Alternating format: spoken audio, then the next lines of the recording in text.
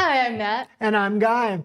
And this is your home for everything Alberta independence. Monday, Wednesdays, and Fridays, we do a show all about Alberta independence. And Tuesdays, which is today, we do a show called Alberta First, where we focus on geopolitics, but we start with Alberta and put Alberta first before we get into Canadian national news and global news.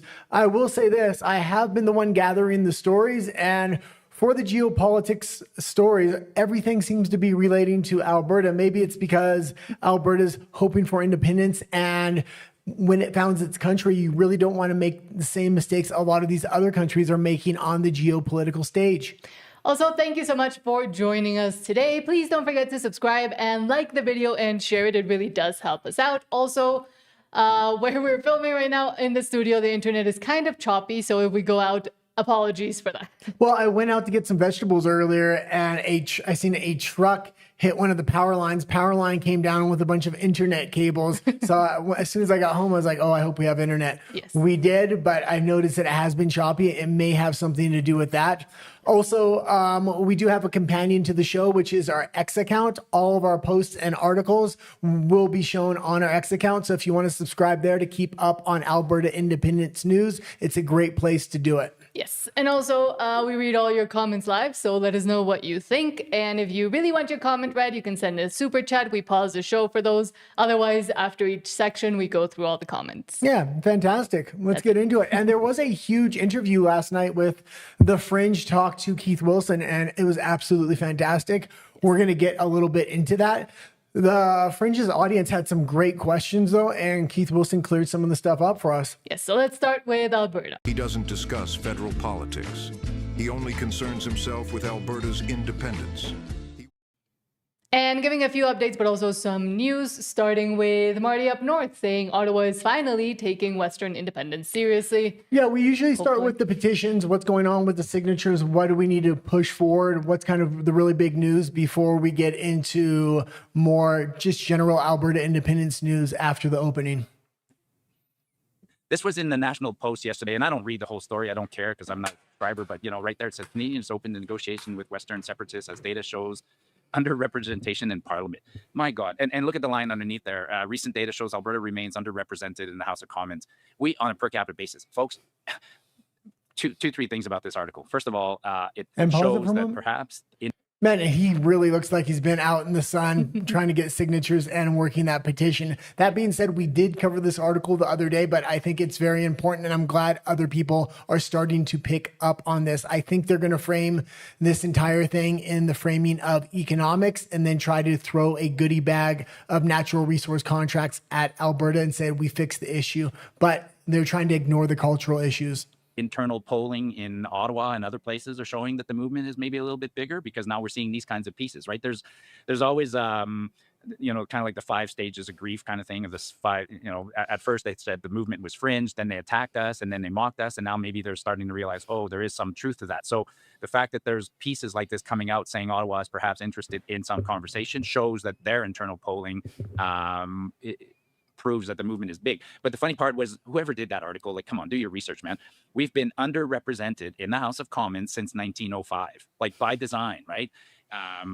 Alberta has like 37 seats. No, not Alberta. Yeah. Anyways, the number of seats we have and Saskatchewan, the last 2 provinces, compared to our population, compared to Ontario and Quebec. And pause it one more time. And yeah, this is the other big thing. It's not just the cultural issues, but it's the political power issues, which Ottawa is never going to change. They have the system rigged. They're going to keep it rigged. They'll throw a goodie bag of economics, which they're going to tie carbon credits to, and all kinds of other green policies to send even more taxes back to Ottawa. It's time to break free and start using your natural resources for your own province rather than holding all of Canada on your shoulders while they collect the welfare checks.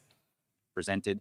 But even if we were properly represented, it still doesn't matter because we're outnumbered. Ontario and Quebec outnumber us like 3-4 to 1. So we'll never get our way. Interesting article. Just shows that we're hitting on on. Okay, and you can on leave some it there. spots But it is good to see we are winning the argument with National Canada, especially if they want you to negotiate with what they're calling separatists, which is the independent movement. They're trying to frame it as we're the bad people. But even in that framing, National Canadians think there should be negotiations there. This is why there needs to be a separate debate happening for the national scale so we can get National Canada on our sides and National Conservatives on our sides, focus on the cultural issues, focus on the political imbalance of power. The economic issues are framed, I think, mainly for Albertans because that's what's going to make Albertans feel secure to vote for independence if they know their financial future is kind of taken care of. And also, if you haven't signed the petition, we do have it linked down below, where you can find all the locations. You can find it at stayfreealberta.com. And also a huge kudos and thanks to all the canvassers that are still out there getting people to sign the petition, going out in harsh weather conditions. It reminded me because of Marty. And also go follow Marty up north on YouTube and on X because he's doing a great job. Yeah, and it's at Marty up north. And I will say I did watch a fairly long video. I didn't watch the whole thing because it was an hour and a half, but talking to Albertans, went to like a machine shop, mechanic shop, and they were big supporters of Alberta independence, so much so they let a petition booth sit up out front on their property. So that was great on that independent business, but they also welcomed him in to have conversations with all the employees, and every single employee supported Alberta independence. Surprisingly, they didn't all sign the petition, but they said they were going after work to the petition station that was right out front. So I think there's still a lot of blue collar workers that are working a lot that haven't had a chance to sign the petition. I knew a lot of them get home on the 15th of next month, but we're being forced to submit the petition just before that. And I think that's intentional on the government's part. Yeah, because of the First Nations injunction that it's still moving on and moving forward. But you did mention that Keith Wilson was on with the Unacceptable Fringe yesterday. I know a lot of you went over to see, and we didn't have a chance until after we finished the show. But from Rise of Alberta, this is about Alberta's future. It is about building a path to independence, restoring control, and creating a better future for our kids and yourselves. If privacy is your concern, there are discreet ways to sign and your information is protected. Yeah, and it was a fantastic interview. As soon as we finished the show, I actually turned it on, started watching it all, and then I finished it up this morning. There's a couple things I'll bring up, but we'll just kind of watch this clip. If you haven't watched it, I highly recommend the interview. It was fantastic. Keith Wilson was generous with his time and answered all kinds of questions. Thanks, guys. And if you know someone who hasn't signed, please encourage them to sign. I know some people have expressed some reservations about signing because they're worried their privacy and they'll somehow get trolled or doxxed. Everybody who is a canvasser has to be registered with Elections Alberta. They have to follow code of conduct, and they sign a non-disclosure agreement, binding legal agreement. There's a whole chain of custody process that goes to team captains for each of the constituency ridings that are Stay Free Alberta people. They sign non-disclosure agreements. In other words, anybody who touches that petition and sees your signature in your name is bound by extensive confidentiality provisions. The names are never made public by anyone at any stage, even after the vote. So no one will know you've signed. There's lots of different locations that you can go to that are discreet. Just go to Stay Free Alberta's website. They have a great setup there where you can pick your town. And that's in addition to pop-ups that occur everywhere. There's people that will come to you if you have a mobility issue. Yeah, and pause it for a second. And that's an important fact. They do have petitioners that will come to you. So if you're working a lot and you're able-bodied and you're kind of ashamed to have somebody come to you, don't be. We're happy to go as far and as wide as we need to get every single signature within Alberta. Feel comfortable somebody coming to your door and signing at your home or where you stay, or if you want to get people together and have a signing party at one of the hockey, it's okay. And you can leave it there. I'll go over some of the other things that were kind of brought up with this, and it was really good questions. The Fringe audience is very kind of knowledgeable, so they asked all the right questions. One of the big things was Keith Wilson was talking about game planning some of the situations that may come up. And one of the big things was, well, why aren't we submitting the petition on the 7th to guarantee its eligibility? Because what they're going to do is take a lot of them in on May 30th. Are you okay? My camera is slow. I was just checking things. Oh, that's okay. Continue. We're going to collect everything on May 30th. And then we're going to get an okay, stop, please. If you can put your camera on. My camera on? Yeah, you can go. But Go ahead and talk. no, you continue. I'm just trying to I can't trying to fix things. Go ahead. What? Well, you fix my camera. Yeah. Okay. Where were we? The petition, yes, there's still some time, and it is important to get proactive and continue talking to people. I'm gone now. Continue talking to people, and Switch cameras. there Okay. you go. Okay, I'll go back into it. We're going to submit everything on the 30th. At that point, there's going to be an accounting firm that accounts for everything. We don't want to submit all the signatures to the government, Keith Wilson says, because what he was thinking their game plan would to just sit on the petition and never, ever count it. And there would be no way to actually verify how many signatures they have. If they get their own private accounting firm and use the same process Elections Alberta uses to verify how many signatures they have, they can continue to put massive pressure on the government rather than putting the ball in the government's court and having them just kind of sit on the petition. So it's very good. They're kind of game planning all these scenarios out. I know I talk about game planning scenarios out quite often on the show. I talk about the 5 big oppositional factors against Alberta independence and who do we have on our side and how are they working against us together and what kind of things can we do to kind of stalemate them and push Alberta independence forward. And it's also unfortunate that we're seeing that within Alberta and within those that support Alberta independence and don't, there continues to be this big divide to the point where people are ashamed or scared of even having to go out and sign. That shows the state of Canada as a whole, but of Alberta as well, and of the kind of pressure that has been put on both canvassers, petitioners, everybody, and on the whole movement itself. Yeah, but I did talk about it yesterday, and I thought it was a rather good thing because people aren't saying, or the large majority aren't saying that Alberta independents are traitors. Actually, they're sympathizing with a lot of the talking points and the situation Alberta independence is kind of bringing up.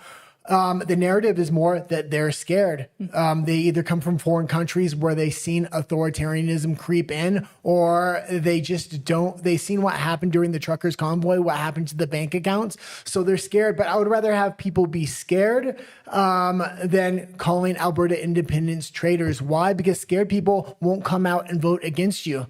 So because we have so many people that are motivated within the Alberta independence movement, you expect those people to come out in massive numbers. If the narrative is, well, we're scared to sign the petition, that means they're not going to go out to vote, meaning they're not going to vote against you. There's going to be a small fraction of the population that are true nationalists, that are crazy liberals living in Calgary and some in Edmonton that are going to come out. But for the most part, I'm liking our odds at this point.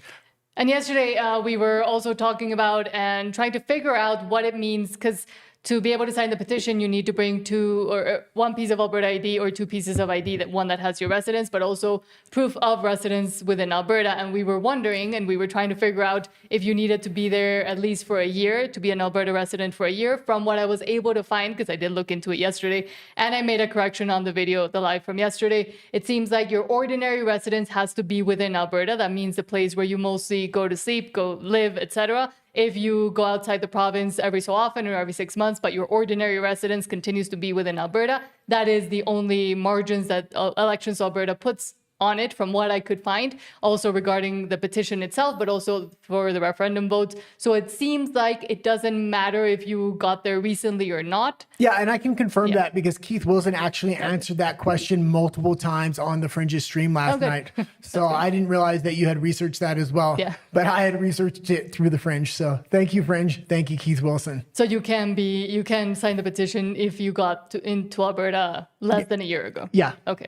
So That's what I was trying to figure out yesterday. It took me a while, and then I wrote the correction under the video yesterday. Again, anytime we make a mistake or we're unsure about something, you can find corrections under our live videos or under our edited videos, and we try to be as honest and straightforward as possible when we make mistakes. yeah, as transparent as possible. Yeah. Okay, let's get into the next post here. From Corey Morgan, quote, Well, in one moment, there's a lot of stories going to involve Danielle Smith, Mark Carney, and a lot of corruption that's going on today. So it's It's just absolutely amazing how much information comes out every day. I mean, sometimes I'm worried. I'm like, oh, we have a show on Monday and Tuesday, because we only used to have Monday, Wednesday, and Friday, and it was easy to gather the stories. But it's just as easy going almost every day, because there's always new information coming out that absolutely drops my jaw. From Corey Morgan, quote, if it's just a fantasy that will never happen, why are they so worked up on putting so much effort into opposing it? Here it says Alberta separatists are chasing a total cowboy fantasy. The province they describe, rural, homegrown, under siege, bears little resemblance to reality. This is by Timothy Caulfield. Well, and I absolutely love this narrative. This is the narrative that you want. This is the same narrative they tried to pull on Trump when he first went down the golden escalator. If they said this is a complete fantasy, and then as the date gets closer and there's so much resistance they're going to see mounting up by the federal government, oh, they're starting to take it extremely seriously. Well, I thought it was just a fantasy. There was no hope. And then people are going to realize, oh my God, there is hope. There is the chance we can actually be free, and people are going to start getting really inspired. Let's see a little bit what he's saying. Alberta separatist rumblings are often framed as the latest chapter in a decades-old constitutional quarrel with Ottawa. But let's be honest, the current rhetoric has little to do with fiscal policy or West versus Fed's division of power. The noise is largely coming from a small cohort. Only 8% of Albertans would definitely vote to leave, steeped in conspiracy theory-fueled grievance. I don't know where you got 8%, but we go completely biased liberal polls, and even those are showing 30%. Non-biased polls are showing like 64%. I think that's a little high. I think right now we're probably around 51. By the time election day actually comes, we're going to be around 60. And I think you're, like I keep saying, people aren't voting to stay with National Canada because the policies are absolutely ludicrous. I was just watching a liberal show right before we went on. Again, I like to debate the TV, and I like to watch shows I disagree with very often. But even these liberal shows are starting to come around and said, the one girl was a data analyst, and she was saying, well, there's 5 things that keep coming up for the last 20 years. And it's over-regulation, over-taxation. We have a brain drain. It's like, these are all the things we constantly talk about. And then the other liberal girl is like, well, why don't we just change them? He goes, there's no political will from the liberals to change these things. And also they were trying to make excuses for the current government, saying, well, whenever a party has been in power for so long, well, of course, some things are going to come in and out. But again, it's like they're willfully blind. They don't want to see what's really happening. And it'll surprise them, I think, even more when, I will say, Alberta separates, because a lot of them have this cognitive dissonance trying to say, no, everything's perfect. We have free healthcare. We hate the United States. We are better than the United States. And then they'll actually see that, no, indeed, Canada is and has been falling apart for the longest time. And as much as you close your eyes, the destruction around you just continues to be more evident and affects you more and more as each day passes. Well, there was another major issue that came up on the Fringe's interview with Keith Wilson. We'll get into that a little bit when we get into one of the stories talking about Mark Carney's underhanded tricks. I really, really think he's going to want to try to stop this vote and to delay this, because Donald Trump is becoming more and more and more of a factor, especially with Keith Wilson's answers to a lot of these questions. We're going to need Donald Trump to recognize this vote when it happens. And once he does, Alberta can just literally stand up because they have the U.S. recognition and say, okay, we're independent. But if they don't have that recognition, it's going to be really hard. Also, because Donald Trump has made the shield of the Americas. Yeah. Once they step up, all these other countries are going to step up as well. And they're going to want to be trading partners with Alberta because of the natural resources they have. But not to make Alberta the 51st state. And I think a lot of liberals especially have that completely confused and are trying to frame it that way, that Alberta or all of Canada wants to be absorbed by the United States. No, Alberta wants to be its own independent country, but to be able to do so, because the shenanigans from the federal government, from Mark Carney, and they're getting crazier and crazier, obviously using First Nations, but many other tactics probably as well, they do need the superpower that is the United States, like it or not, to recognize it, and many other countries to recognize it, because that way it would be kind of officialized. Well, I wouldn't put it past Mark Carney if the United States wasn't there with Trump right now. If Alberta says, we're going to separate, and they're going to say, we're not going to go into negotiations, and then the next move from Alberta will be, we're separating if you're not going to go into fair negotiations, which the Constitution says. If they try to separate that at that point, I think Mark Carney would use the military to try to stop them, actually. But Donald Trump's there. That's not going to be possible right now, but That's why it's important to not let these delay tactics we're going to talk about later that Carney's going to try to bring in happen. He's going to try to wait Donald Trump out and have this independence vote and these negotiations take years. Keith Wilson was talking about this should take a matter of months or even weeks. But it could also escalate even further with the United States. Today, we released a video. If you haven't seen it, go see it, about the military within Canada, but also ideas or suggestions for Alberta regarding military power and might and how Canada has completely destroyed it, but also has allowed a lot of infiltration to happen, both literally and figuratively, because now they're allowing foreign powers to send over soldiers and for them to get a fast track to gaining permanent residence and to join the Canadian Armed Forces. That is also could also play as a factor into the United States wanting to actually do something about Canada, because Canada is literally playing with the enemy at this point. Well, yeah, China. I wasn't aware that Alberta actually had the largest military base in Canada. Keith Wilson brought that point up too. So good on Alberta. I think Alberta is going to build a good, strong military with actual core values. I mean, in the name of diversity, equity, inclusion, and ESG, Canada is absolutely destroying their military, and they had a very weak military to begin with. They've constantly relied on the United States to defend them. Mm-hmm. So we'll see that power play as well. But we also see this from Daniel Smith, quote, Canada needs to reform how we appoint judges to the Superior Trial Courts and Courts of Appeal of the provinces, as well as to the Supreme Court of Canada. I am joining with Saskatchewan Premier Scott Moe, Ontario Premier Doug Ford, and Quebec Premier Francois Legault. He's still in there, in writing to Prime Minister Mark Carney, requesting a new collaborative approach wherein our governments can meaningfully engage in filling judicial positions in our respective jurisdictions. And this is the country that's too big to govern. I'm glad these people are writing letters. I don't know what Mark Carney's more concerned about a majority government and making sure he can throw this letter in the garbage bin and start taking the sovereignty away from the provinces and consolidating national power. That being said, with Alberta independence, you don't have to worry about shenanigans like this. And this is another reason why Alberta does not want to become the 51st state. The United States, yeah, it's great under Trump or even some conservative leadership, but every 4 or 8 years, you run into that factor where you can get far leftist liberal ideology, which is really destroyed the country under Biden and could once again destroy it under Newsom. In Alberta, for the last 93 years, consistent ideology, and that is conservatism. So you're going to get a conservative long-term vision where you're not going to have this two-party system really battling over, oh, we want to take it left. Oh, no, let's take it right. You can continuously take a conservative path with lots of natural resources and make sure you build for a long-term future for yourself, your kids, and your grandkids. And not having to go run to Daddy Government Mark Carney to ask for certain things, or could we have a different judicial system because the one we have now is completely broken, please, could we? And then he's just going to say no. Yeah, I mean, we're going to get more into what Danielle Smith's doing with the other premiers, but I think Mark Carney is trying to consolidate power.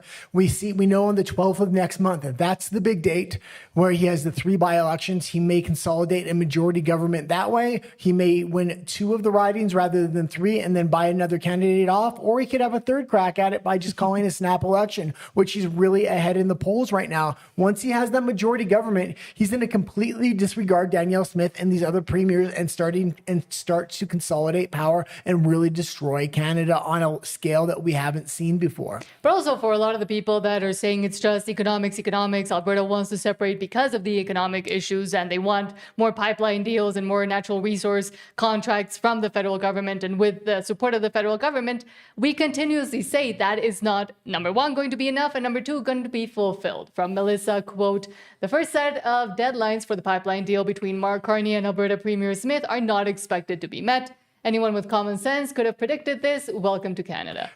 And it says Smith-Carney pipeline deal to miss early deadlines, Premier says. Sovereign wealth funds will want to invest in new oil pipeline. However, Smith continues to try to say. Yeah, and there's another article connected to this. This is the first one I got in the morning. Danielle Smith came out and said, we're not going to meet the deadlines. She's trying to move the goalpost, and we're still cooperating. We're still working together.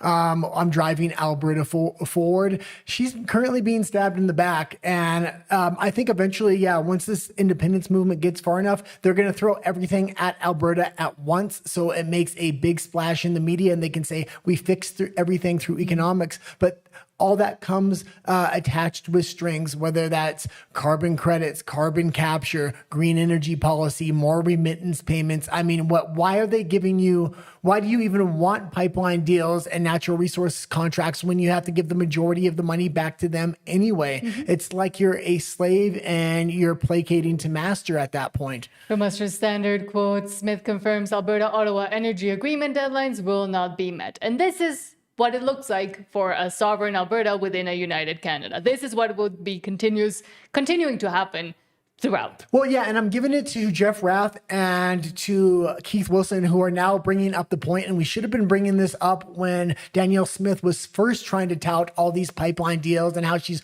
working with the federal government, and we're putting Canada first, just like Pierre Poilievre. But they're bringing up the fact, yeah, we don't want natural resources with strings attached. We want to be able to drill for oil, go after mining resources and not feel guilty about it, not have to pay First Nations out, not have to pay green taxes back to Ottawa, not to do all these things that really drive up the price per barrel of oil and drive up the price of natural resource contracts. And also, when you attach all these strings, it makes it not very friendly for private investment to come into the province. So it's really hard. I'm surprised Danielle Smith has been able to line up as much investment as she has, considering the hostile environment the federal government has created in Canada and in Alberta.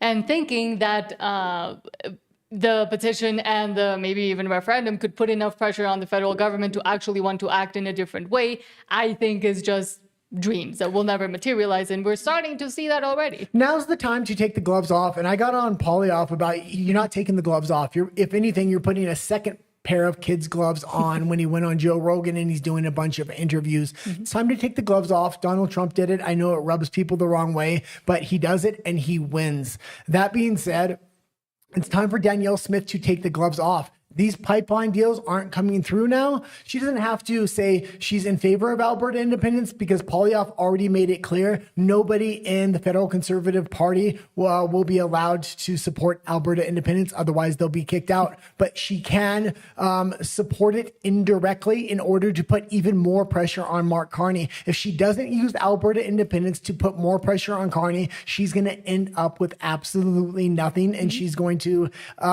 go further and further to the left. She's becoming scared of Alberta independence, where Alberta independence could be a real tool for her to build up a backup plan for Alberta in case Alberta independence does go the wrong way. I don't think it will at this point. It's going very good. But if Mark Carney gets a majority government, who knows what underhanded tricks he's willing to do. And Keith Wilson again brought up a good point on the fringe, which was, yeah, another reason we're turning in a lot of these signatures now is we just can't trust the courts. The courts in Canada are now ruling on ideology and politics rather on the rule of law. So that's why we have to cut them off and submit a lot of these petitions early, and not even to the government, to an accounting firm of all things, so they can keep the leverage over the provincial government. But also that's what was so upsetting about Poilievre, that he could have used Alberta independence as a starting point to say, yes, these people are upset, but all of Canada is also falling down, and yet he decided to side with Mark Carney and continue to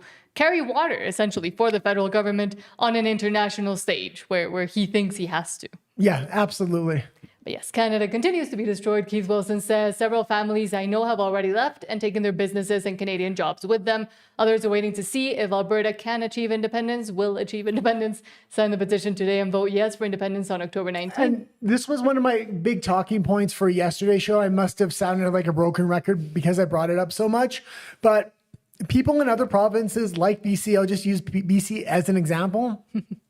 41,000 people fled the province of BC, and the majority went to the United States last year because they're fed up with Canadian federal policy. There's a ton of Conservatives that support Alberta independence in every single province across Canada. And after we submit these signatures, we need to make a campaign to kind of get these people to move out to Alberta rather than the United States and vote for Alberta independence. It could really just be another layer to secure a real future for Alberta. It says Canada is losing its entrepreneurs and barely anyone is talking about it. And that show you were watching was kind of also touching on that, but they were giving a bunch of different excuses for it. Well, it was very interesting because, again, it was called The Line. It's a liberal, it's a highly liberal biased show, but they've been coming around, I would say, over the last week or week and a half, realizing we're in dire financial straits and Mark Carney isn't following through on the promises. Now, they'll make excuses all the way throughout, but the fact that they're even willing to speak up and say anything at this point, it's interesting. And this was one of the big talking points, is the brain drain to the United States. That brain drain will no longer be to the United States. It will be leaving from Canada to Alberta, and we should be recruiting those people now before the vote takes place, because Liberals aren't going to move to Alberta to vote against Alberta independence. It's just too big of a life move. We moved from Vancouver, Canada to Mexico because you're originally from Mexico. And let me tell you, it's a huge life decision. People that are already thinking about leaving Canada because they're fed up with the ideology will choose to move to Alberta first if they really believe Alberta independence has a hope and a chance. Now, I talked to some friends in other provinces, and when I do talk to them about Alberta independence, there's a blackout on media in all those other provinces, and they don't know much about it. They didn't even know the movement was really going on to the level it is. I would say in the United States and Mexico, people probably know more than a lot of other provinces in Canada. The federal government does not want this issue being talked about. They want to say it's a joke, it's a pipe dream, it will never happen. But within Alberta, there's not only grassroots support, this is a major political movement to start a new nation. And citizen-led, which is the most important thing. And also I always talk about the international stage, but on an international stage, I think it also gives hope to a lot more other citizens that say, hey, we can change things. The federal governments that have thought and that continue to think that they have absolute power over the citizenry maybe don't have so much as they want to think. I think this is going to be Canada or Alberta's Donald Trump moment. And what do I mean by that? When Donald Trump won the election, it was because of independent media. It was the first time independent media was able to sway an election. And what's happening right now, the federal government is putting a blackout on most national media. So outside of Alberta, a lot of people don't know about this issue, but the grassroots movement of content creators inside Alberta and even inside other provinces are really getting the message out, forming a Coalition? A coalition. But not really, but like not an a coalition, but coalition. forming a network somewhat that is going to be able to push this thing forward. And when the federal government in the summertime finally wakes up and say, we're going to have a national campaign to call Alberta independence movement traitors, it's not going to work because independent media is really grassroots within Alberta right now, and it's got itself together where it's going to be able to hit back on the national media like it's never seen before. And we're already starting to make inroads with American media to fight back on a national and an international level to kind of tear down that narrative the federal government's going to try to pitch through its mainstream media. American mainstream media is going to become very important because in the eyes of a lot of Canadians, when you see international and American media giving a different narrative to Canadian national media, they're going to start going to look in other places, and then they're going to go to independent media, and all that's going to be backed up for Alberta independence. For years now almost, because this has been a conversation for a while now, and a lot of people had no idea. Yeah. But also... Well, it's also interesting how I've got sucked so much into this. I mean, we started talking about Alberta independence, and I really, when we left Canada, I felt absolutely betrayed by the federal government. It took 4 years for us to leave, and things just kept mounting and mounting, and I'm disgusted every day I turn on the news with the Canadian federal government, and there's finally an opportunity to really push back and tell the federal government everything you did over this last decade was completely unacceptable. We're going to stand up to you, and we're going to punch you right in the face at this point. metaphorically. Well, there's never a chance to do that, because even when you vote in a federal election where you're going to vote Poilievre and maybe he wins a minority government, doesn't have enough power to really do anything. This sends a message to not only Mark Carney but liberals that live across Canada. We're going to do a one-to-one comparison once Alberta leaves, and you're going to see how an economy and how a country should be run, even better than the United States, because the United States is great, but again, it can be bipolar depending who's running it.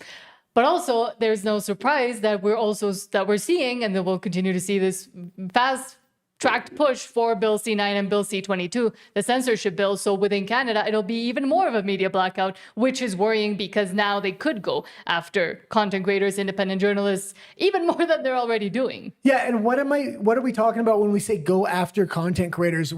We're going to cover some of it tonight because it's our geopolitical show, if we can get around to it, because there is a lot of Alberta and Canadian news. But they're arresting tens of thousands of people in the UK and the EU for what they call hate speech, or even talking about certain political issues like immigration. It's absolutely insane. And when we talk about canceling content creators or going after content creators, I'm not talking about having social media platforms cooperate, because a lot of these social media platforms are actually based in the United States, and they have Donald Trump giving them enough cover right now. So when the Canadian government says completely black out Alberta independence, Elon Musk is going to say no. Mark Zuckerberg's probably going to say no, because his executive board's now been infiltrated with Dana White and other people. No, I am kind of worried about Facebook, TikTok, and like Meta, TikTok, and there was another one, Snapchat, I believe, because here in Mexico, they have agreed to continue with but what I am saying, when they're going after content creators, I don't think they're going to comply like they did during the Jibby Jab era. What's going to happen with these bills that he's bringing in for censorship is going to allow arrest in the physical form of these content creators, and they're going to make public examples out of them to send a message to other content creators. That's why it's going to be important to have content creators and on international stage, whether it's in the U.S. or in other countries, that the Canadian government can't touch. And not just content creators, but creating a chilling effect amongst the citizens as well, being scared that if they mention or talk about this, they could come after them too. So they just need to make a few arrests or a few big issues out of some of the bigger content creators to create this chilling effect of we're not going to say anything. Well, and I hope content creators that are talking about Alberta independence in Canada are becoming prepared, especially the larger ones. I know you can make quite a bit of money on YouTube, but what's going to happen is they're going to try to go after their bank accounts just like they did during the truckers convoy. And if you don't have somebody that's truly committed to Alberta independence and is only kind of grifting off of it, as soon as they come after the bank account, they're going to stop talking about it. I'm committed to talking about this. I mean, we make sense on this. So we're committed to the end. We're based outside the country. So we're going to be able to talk about this thing all the way up to the independence vote and after, no matter what Mark Carney does. But I hope other content creators are preparing for that situation as well. We'll continue. But just before we continue, I did want to say the midterms in the U.S. will also be interesting and important, especially if the Republicans do really badly, because given all the censorship that we might be starting to see, that could also sway some companies at least to be a bit more compliant with the Canadian government, unfortunately. But from Keith Wilson, and we also talked about what's happening in Australia, but Alberta has 5 refineries producing 575,000 barrels per day. Australia, a G20 country, has just 3 refineries producing 235,000 barrels per day, and relies heavily on imports and also exports because they exported a bunch of it to Canada. Let that sink in. Alberta is already more energy self-sufficient than entire countries. That's the strength we're working with in support of Alberta independence. And yes, Australia in its mismanagement as well. Well, I actually just we'll talk about that in a moment. I wanted to talk about this top part. Leave the article up there for a second. Yeah, and I've been talking a lot about Alberta building refineries so they can build manufacturing and really invest in the long-term future of Alberta and be completely self-sufficient, even if everything gets cut off or the world economy goes downhill. That being said, I didn't realize they had as many refineries as they did. They have 5 refineries, and that's for oil. I'm not sure how many mining refineries they have. I don't think they have a lot of rock and mining refineries. A lot of that usually has to be sent down to the States and the final product is sent back up. So I'm going to look more into it. But if Alberta does not have mining refineries, I would like to see them build those as well. And it's good to see they had so many oil refineries, though. The next step is going to start to build a manufacturing base out, but you can only do that if you vote for independence and you break free of Canada, because there's too many regulations for manufacturing. The final product cost of the product is much too high. Yes. Well, you told me to leave the article. Oh, sorry. You can talk about the second part of that article there. I moved on. Oh, okay. Well, from Kirk Lubimov, quote, Daniel Smith says that Alberta will copy Mark Carney's approach with the Major Projects Office and do a similar thing. I don't get why we need more bureaucracy to manage bureaucracy. AI can read and go through all the applications. It's literally an administrative role. They need more and more people to work for the government because it's a giant grift. We need 5 people max and technology. Fire the rest and you will approve projects in a week, not years. Yeah, and we talked about this a little bit yesterday with they need to get pre-approval of a lot of these projects, or well, the federal government is going through these projects which take years, if not decades. Alberta should be looking at these projects at the exact same time. So as soon as the federal government gets approval, within 1 week, Alberta gives approval, not 120 days, which we talked about yesterday, which they're trying to brag about, an extra 4 months on a decade. There are so many different agencies, boards, commissions, and processes that could bottleneck approval of a major project. Their major project office acts as a bit of an overlay. So when you get something into the major projects office and you say, this is approved in principle, that sets the clock on a 2-year time frame where all of those agencies have to work together to get everything in place to get that to the final investment decision and approval. Start getting rid of some of these agencies and make sure it's one agency that approves the entire project and streamlines the entire thing. Absolutely crazy. When Alberta gets its independence, it's going to be able to actually completely rework the system. It would have to be foolish to implement something similar to what the federal government has in Canada. And we're going through something quite similar at the provincial level because we've got the same issue with multiple different agencies, boards, and commissions that are involved in approval processes. The federal government last week just agreed with us to return the authority over approving major projects within the borders of Alberta back to Alberta. Before, they could have chosen anything they wanted as a major project and interfered in our process. But we're going to do very much the same thing, where we will have an overlay so that if a major project comes in, then we'll say, okay, we're going to start the clock and all of the work has to be done within a particular time frame. So this is legislation that'll be coming. Yeah, get rid of a lot of those agencies. And a reason a lot of those agencies exist and a lot of these regulations exist is because of Russia and China. They have pumped billions of dollars into Canada and into lobbyists to create more regulations to hamstring the natural resource sector, because the big beneficiary of that is Russia. And they've done this to almost every Western country. Donald Trump's the first one to really stand up and shuck off a lot of these onerous regulations that have been put on over the last couple of decades. But also the bureaucracy and the grift that continues. I mean, why do we have 1 in 4 Canadians working for the government in some capacity? Because a lot of these stopgaps also function as ways for the government to continue its grift and continue to employ people that are essentially pointless. Yeah, let's go into some comments if we can. Okay. I forgot about them, actually. Yes. I was waiting to get to the end of the section, but okay, we'll do them now. Edward says, we used to have a big base in Calgary, Curry Barracks. Yeah, military. There's still a lot of military bases within Alberta, and the biggest military base is still within Alberta as well. Keith Wilson was talking about what do they do in the negotiations. They'll give a fair evaluation of the military bases that the land's on and take control of those bases. And hopefully they don't want to buy the equipment. They would rather just buy new equipment, which would be a good idea, because most of the equipment they're going to get in the beginning is going to be provided by the U.S. and that's going to help strengthen that relationship. Eventually, I would like to see over time manufacturing done for state-of-the-art military equipment within Alberta. This makes them a good ally for the United States, but again, it makes them self-sufficient as well. And YouTube is being censorious, so it's not showing me this next comment, so I can't bring it up. But Steve says they started calling us Yahtzees. Oh, is that Steve Safaro? No, Steve Rowe. Okay. Steve Rowe says they started calling us Yahtzees, I'm going to have to say, fascists, and who are they going to go after first?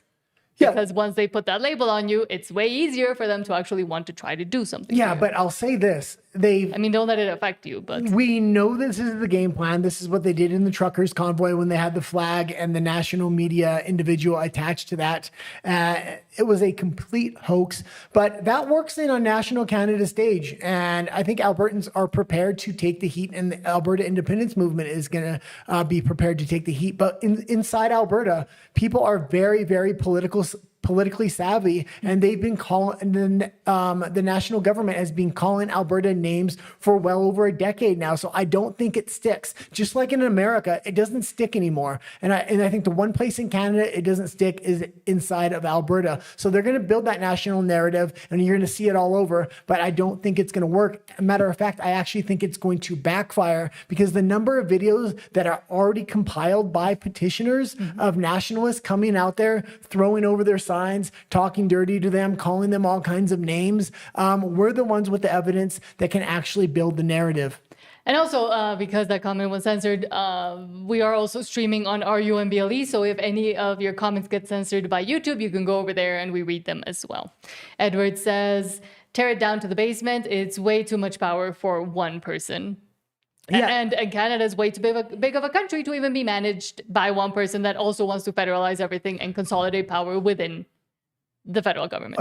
It's not even way too much power yet, because he's about to get a majority government, and then we're going to really see what he does, because he's going to overreach like never before. If we thought Trudeau was overreaching, even Trudeau didn't even have a majority. This joker has 3 ways to Sunday to get a majority government within the next few months. So do I think we're going to stop him? No, but I think Alberta independence is the only way forward for Canada if we do want to stop this insanity and these overlords from ruling over us. Darrell Robinson, hello, says, today Carney is demanding the Supreme Court of Canada to strike down the notwithstanding clause to stop provinces from writing their own laws. Yeah, and we're talking about that article. It was actually supposed to be one of the headline articles, and this is the most underhanded thing I think he's going to try to do to undermine Alberta independence. And that's why it's important that we start putting pressure on Danielle Smith. And this is why when a lot of people make excuses for Danielle Smith and say, well, she's a nationalist, she can't do this or she can't do that. If she wants to put real leverage on the federal government, she needs to use Alberta independence, especially when the federal government's now ignoring her and missing their deadlines for these pipelines. She needs to start using Alberta independence as a weapon. That helps her, that helps Alberta, and it also strengthens the Alberta independence movement as well. But we can only put pressure on her if we stop praising her. So that's why it's important not to get too close in the relationship. We need to let her know she needs to use Alberta independence if she wants leverage over the federal government. That's obvious at this point. And I wish Pierre would have done that too, but obviously he's not going to do it.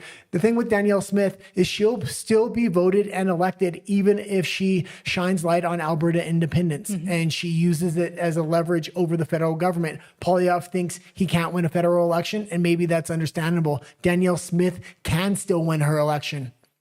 Jed Enger says, evening, hello, thank you for being here. And Edward says, thank you for the reminder, says, hit the like button, subscribe, it's free. Yes, and it really does help us out. It's what helps us out the most. And Edward also says, Alberta is the greatest place in upper North America. Yes, and I was remembering I did a road trip through BC and Alberta, Banff Lake, etc. But I remembered a little town that I really like. I know it's probably kind of woke now because there were a lot of artists, but it's called Canmore, and I want to go back there as well because it's really nice.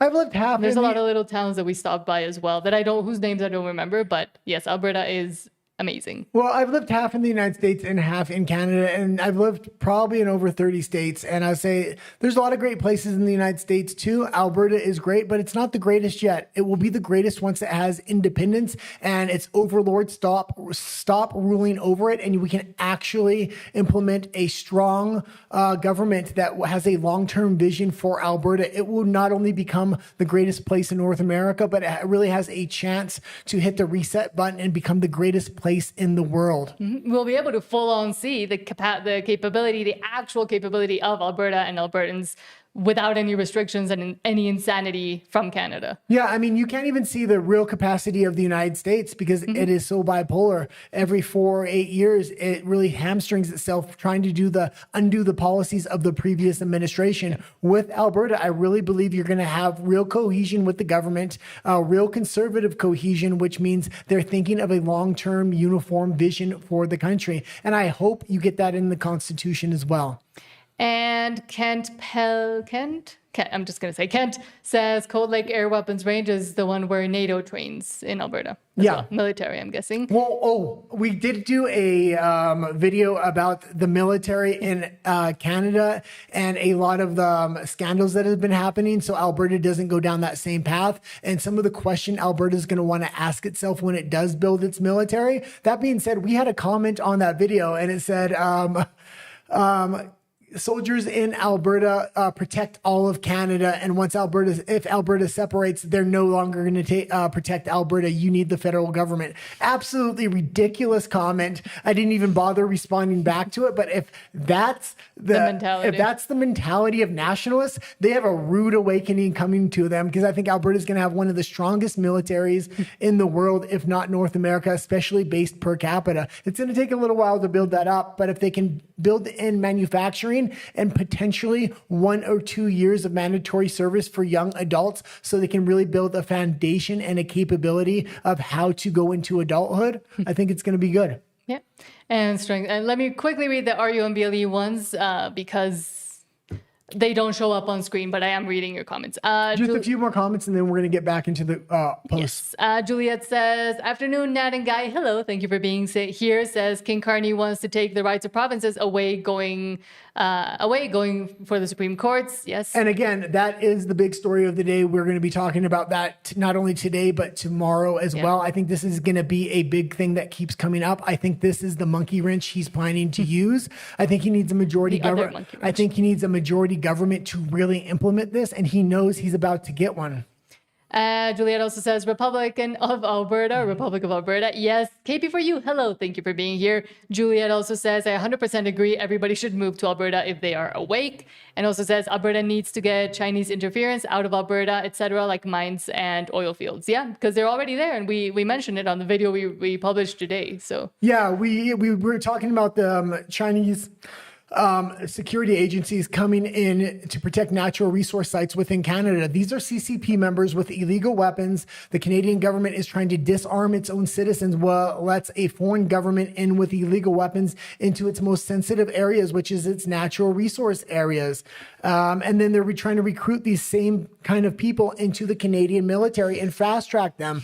And this is happening in Alberta. And that was one of the big reasons I put that particular article, because it's also happening in BC, but you do not expect this to be happening in Alberta. The fact that Danielle Smith has allowed this to happen, somebody needs to rebring this to her attention and get her to solve it immediately. It needs to stop. Yes. But also from J Gen Xer, quote, calling Ford trying to step it up. You can learn a lot from Danielle Smith on how to represent your province. Yeah, and I actually really did like this clip. And when she does something great, I do praise her for it. But again, she needs to start using the Alberta independence movement as a weapon against Carney to really push through a lot of these natural resource contracts and pipeline to create a safety net in case the Alberta independence vote goes awry or Mark Carney pulls some underhanded trick. Ben, we told the RCMP, no, you cannot participate in the confiscation scheme. We told our sheriffs that. We have told municipal forces, if you want to participate in the confiscation scheme, you have to come and get a permit from the justice minister, and I have it on good authority. He will not say yes. The proper use. And this part is very interesting in the way she talked about cars and related it to firearms. Absolutely loved it.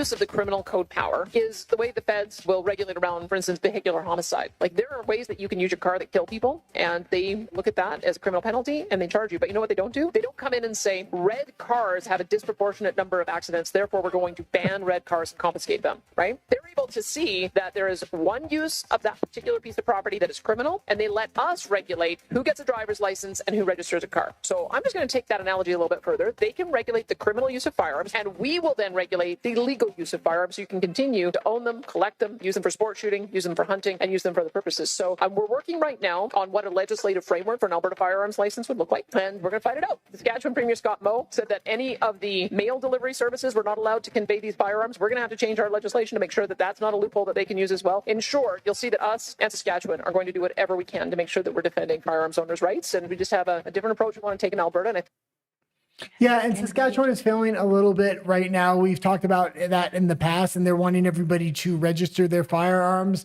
until the federal government is willing to pay a fair price. I don't agree with that at all. Firearms culture is a fundamental right and it should be ingrained in the Constitution when Alberta gets its independence. The entire mentality needs to change, even more so than the United States. The United States is starting to overregulate as well. But I absolutely love the analogy she used there. The problem with that analogy is liberals in Canada will start regulating red cars because they're in more vehicular homicides than other things. It's the kind of statistic they'll use and put more regulations in place because they love regulations and they love more laws, even if they're not going to implement the laws. But also, they're not even going against the criminal use of firearms because in the gun grab, they're just going after legal gun owners, which is insane. Yeah. As she said. We talk about that kind of a lot. I love how she used that analogy, and I wish she would do kind of more of that. It breaks people's minds, and it really gives talking points to other people to use in debates as well. Then we have this from Rise of Alberta, quote, "The hard truth is that Canada is too far gone, the rot is too deep, the decline is too advanced, and the people in charge have no intention of turning it around. Alberta independence is the last stand of the West." And it's funny that the first comment there says, "Indian bot can't wait to curb you." And then they actually put a picture up, but I don't want to dox him. So. What caught my attention there was Alberta independence is the last stand for the West. That really touched me, and I think he really hit on the point that this is the last stand for the West, and not even the entire West, because British Columbia is so far gone at this point, and their population centers like Victoria and Vancouver are going to enslave the rest of that province with crazy policies, whether it's taking away private property rights or any other number of things. I'm starting to look in other ways that is it possible for the interior and the north of BC to separate if Alberta gets its independence, but I just don't see how they're going to do it. They need to have a movement. British Columbia independence movement is starting to come up as well, but you're not going to be able to address it the same way. You can't do it province-wide. You're going to have to do it in specialized regions, if at all. Because, I mean, the power centers of BC are just insane, and they are too far gone as well. Okay. From Keith Wilson, quote, "Prime Minister Mark Carney has promised to change that, pledging a clear and efficient approval process that will enable a new pipeline to be constructed and financed by the private sector. Mark Carney has the power to repeal Bill C-69, the tanker ban, the industrial carbon tax, and the methane emissions cap to restore economic growth, but he won't. His climate change agenda comes first, granting veto power to BC and First Nations over pipeline development, and the Memorandum of Understanding only confirms that he is choosing to keep Alberta's oil and gas in the ground." Yeah, and I a little bit disagree with this. I'm under the impression that I think he's going to give everything at once when this Alberta independence vote gets closer and it gains more steam, probably in the summertime, maybe a couple months or a month before the probably a couple months, because he's going to want to get things started. That being said, he can do it all with a wave of the pen, even with a minority government. We know he set up laws so this can benefit his buddies and the companies he works for. And he's going to I think he's setting that up right now to make sure these contracts go to very, very specific people. But he wants to make a huge splash that he thinks we're going to frame Alberta independence around economics, and then I'm just going to lay it on them, and everybody's going to vote against independence. That's not how it's going to work. There's the cultural issues and there is the political power issues, and that's at the heart of it. The economic issues are surface level at best. I don't even know if the economic issues are an issue he can solve, because he's attached so many strings to these economic issues, like carbon credits, like giving remittance payments back to Ottawa, Quebec, and the other provinces. It's not even worth it at a certain point.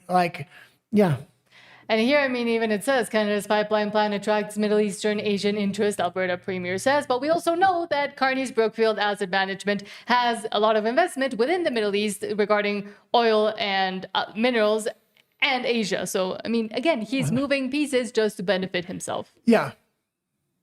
In the end, he thinks economics is the way to shut down Alberta independence, and I think he's going to be sadly mistaken. And I think he's thinking, okay, I'm going to attach as many strings to these natural resource projects as possible. I'll throw it all at them at once, and all my friends will be the ones that benefit. So even if I do have to give them something, at least we're going to line our pockets.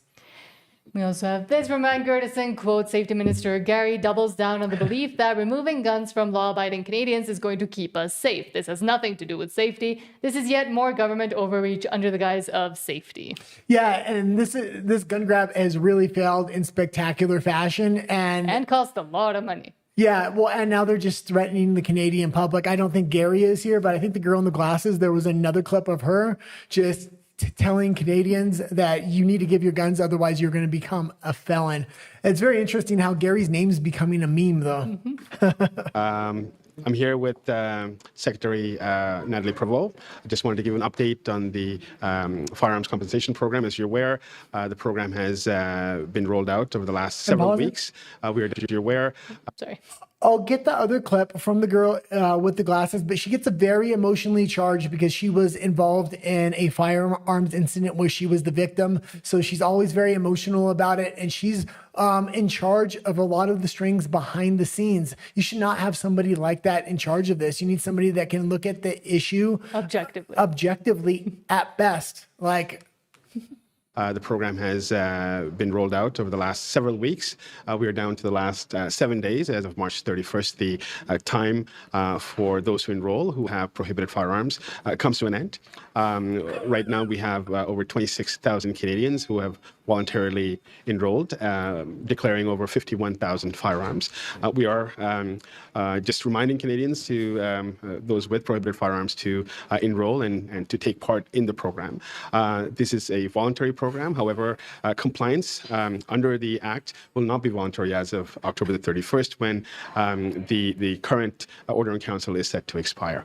So with that, I want to just say it's voluntary, but it's not voluntary. But it's voluntary. He's a scared sheep. The other girl, though, does get serious because she was a victim. So she's passionate about taking people's firearms. And that's what I actually think the Liberal federal government is like behind the scenes. They're very much emotionally charged on this issue. And once he gets a majority government and he gets CCP members within the Canadian military and within Canadian police force, he's going to try to disarm the Canadian public in a very authoritarian manner. Mm-hmm.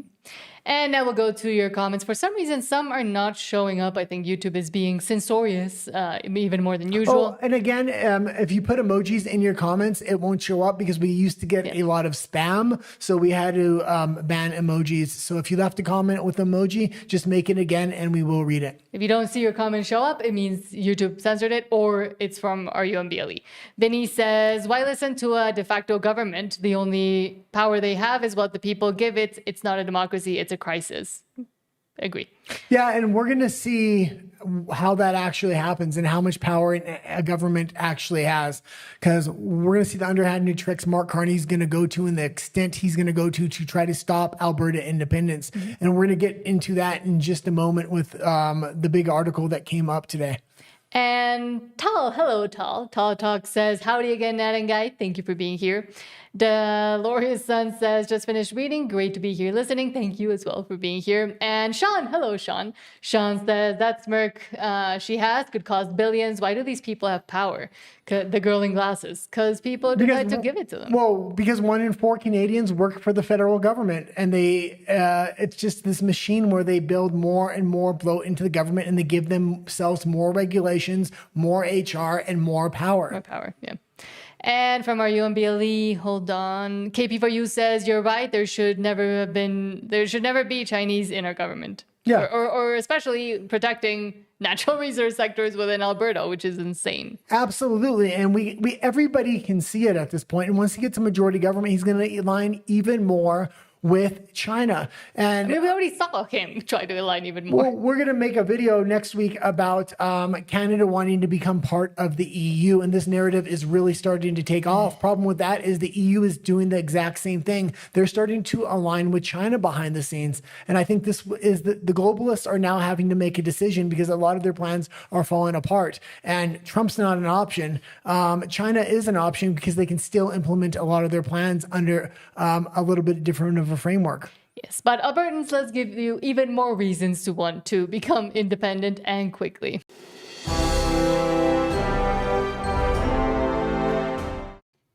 Yes, now we are talking on a more federal level, but the failures continue. Federal level connected to Alberta. Yeah. But because a lot of the big failure stories that continues. were involving Alberta, I actually put in the Canadian section. Yes.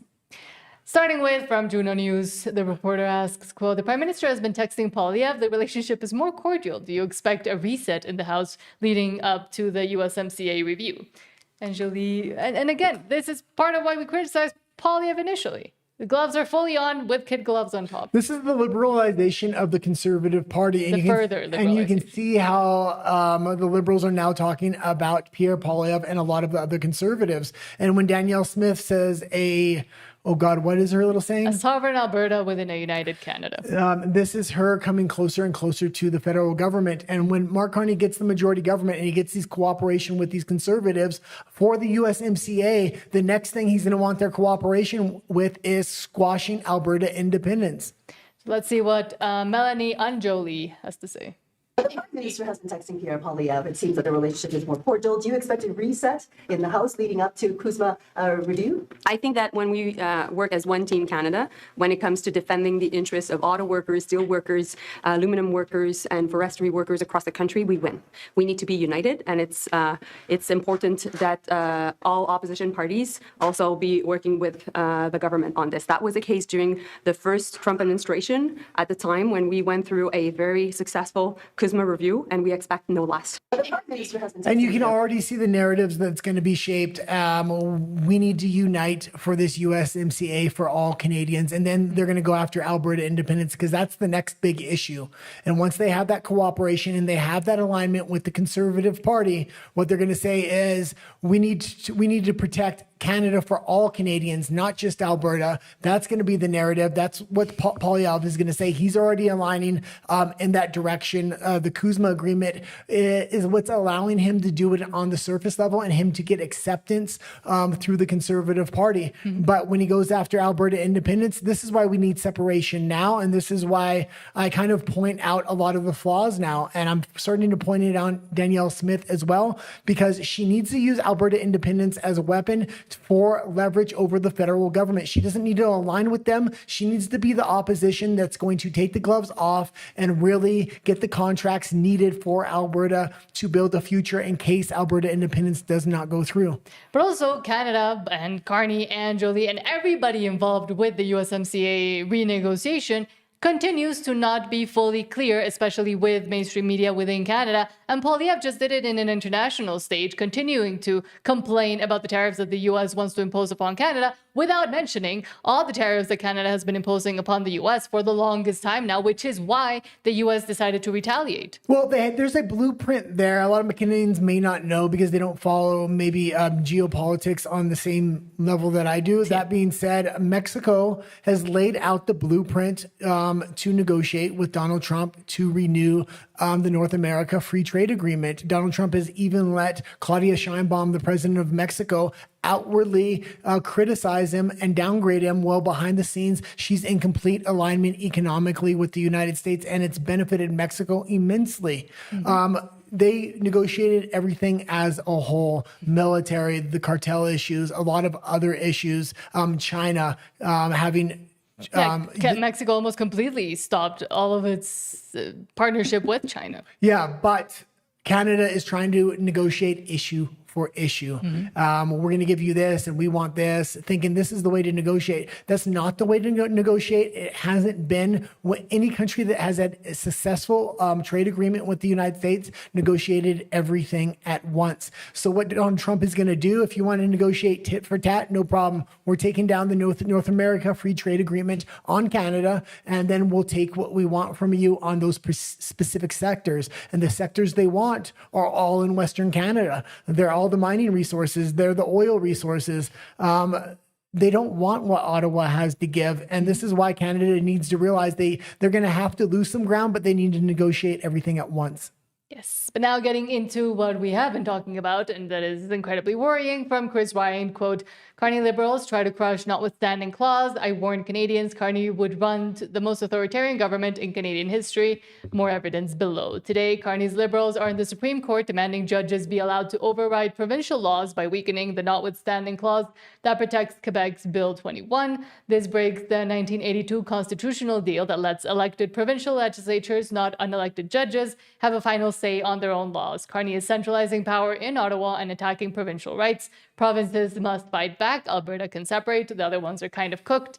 From the National Post, Ed Morton says Carney demands Supreme Court strip provinces of their right to pass their own laws. Yeah, and it's not that Alberta's okay and the rest are cooked. If he pushes this through fast enough with his majority government, God knows if he's going to try to really act on this extremely quickly to knock down the independence vote and just say, screw it, I don't care what it looks like. We need to overreach in order to stop this.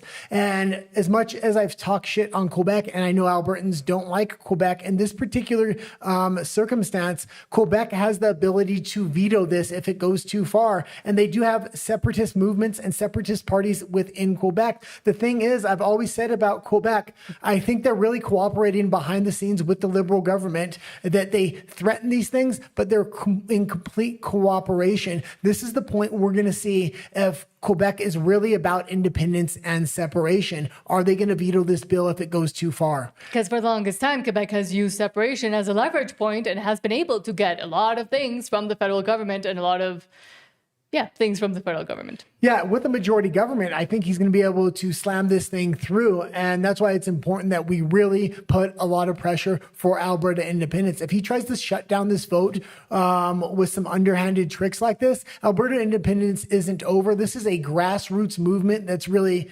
flowing through the veins of almost every single freedom-loving Albertan. It's going to be very interesting what happens after that and what the next move is if he does try to push this thing through. But we are seeing the Bloc Québécois leads kind of worried. From Bruce McGonigal, quote, Bloc Québécois leader Yves-François Blanchet accuses Mark Carney of treating Quebec like a colony of Canada over the Supreme Court challenge of the notwithstanding clause. Well, in 1 second. And it's rich from him to be saying that coming from Quebec. But. We're going to continue to read this, but I hope what he says is true because, again, he can have a veto over this thing. Quebec can really step up and protect Alberta's rights to have an independence vote here. But let's see a little bit of the background. This is the same Bloc Québécois that just voted with the Liberals to pass censorship bill C9 against Canadians. It's pretty clear the Bloc Québécois is not a separatist party at all, but rather another puppet party designed to rubber stamp the Liberal agenda. The Bloc Québécois talks a good game on Quebec sovereignty, but their actions prove they're just as sold out as any Liberal. And again, Quebec always makes threats to the Liberal government, and then they get their hand out, and then they shut up about it. And that is what's going to happen here. Carney's going to try to push this bill through. They're going to give massive handouts to Quebec so they cooperate with this thing because that's the relationship they've built over decades. Mm-hmm. Pierre Elliott Trudeau's Canada imposed a constitution on Quebec. Quebec did not sign that constitution, and it's never accepted it. And now today we're being said that according to that constitution and its charter, which was put in place against Quebec, that Ottawa is the boss. Does Liberal Canada, which is going against Quebec at the Supreme Court, say that the National... Okay, you can leave it there. I do want to say one other thing here. Quebec Separatist Party and separatism within Quebec was supposed to happen by the end of the year of this year. Now they've come out with further statements saying, oh, it's going to happen by 2030, meaning they've already delayed it. There's multiple reasons why they're delaying that. One big reason is they don't want their separatist movement going at the same time as Alberta because it's going to show the disconnect between the federal government. The federal government wants to ignore and call Albertans traitors while they want to kowtow to Quebec. Another big reason is they're working in cooperation with the federal government here. And I'm not going to be surprised if they cooperate on that bill. And essentially, it's because the whole separatist movement within Quebec allows them, again, to continue to get things from and privileges from the federal government. Again, it's really rich that he called Quebec, what did he call it? A slave colony or something like that of the federal government. That is insane, but let's continue. No. Okay. Oh, okay. Well, I was going to say a bunch more, but we're going to talk more about that issue on tomorrow's show as well, because that is going to be a major narrative going forward. And we're going to really want to watch what happens with that, because it could be one of the big power cudgels Mark Carney tries to use on Alberta independence. Mm-hmm. And that is why it is so worrying. Yeah. Well, and another thing, this is why it's so important to push this thing forward in expedient manner, because there could come a point where Canada just tries to ignore this or does some underhanded tricks, and that's the opportunity we're going to need for the United States to kind of step in and say something. More insanity from Mark Nixon, quote, meet Wade Chang, Liberal MP for Burnaby Central.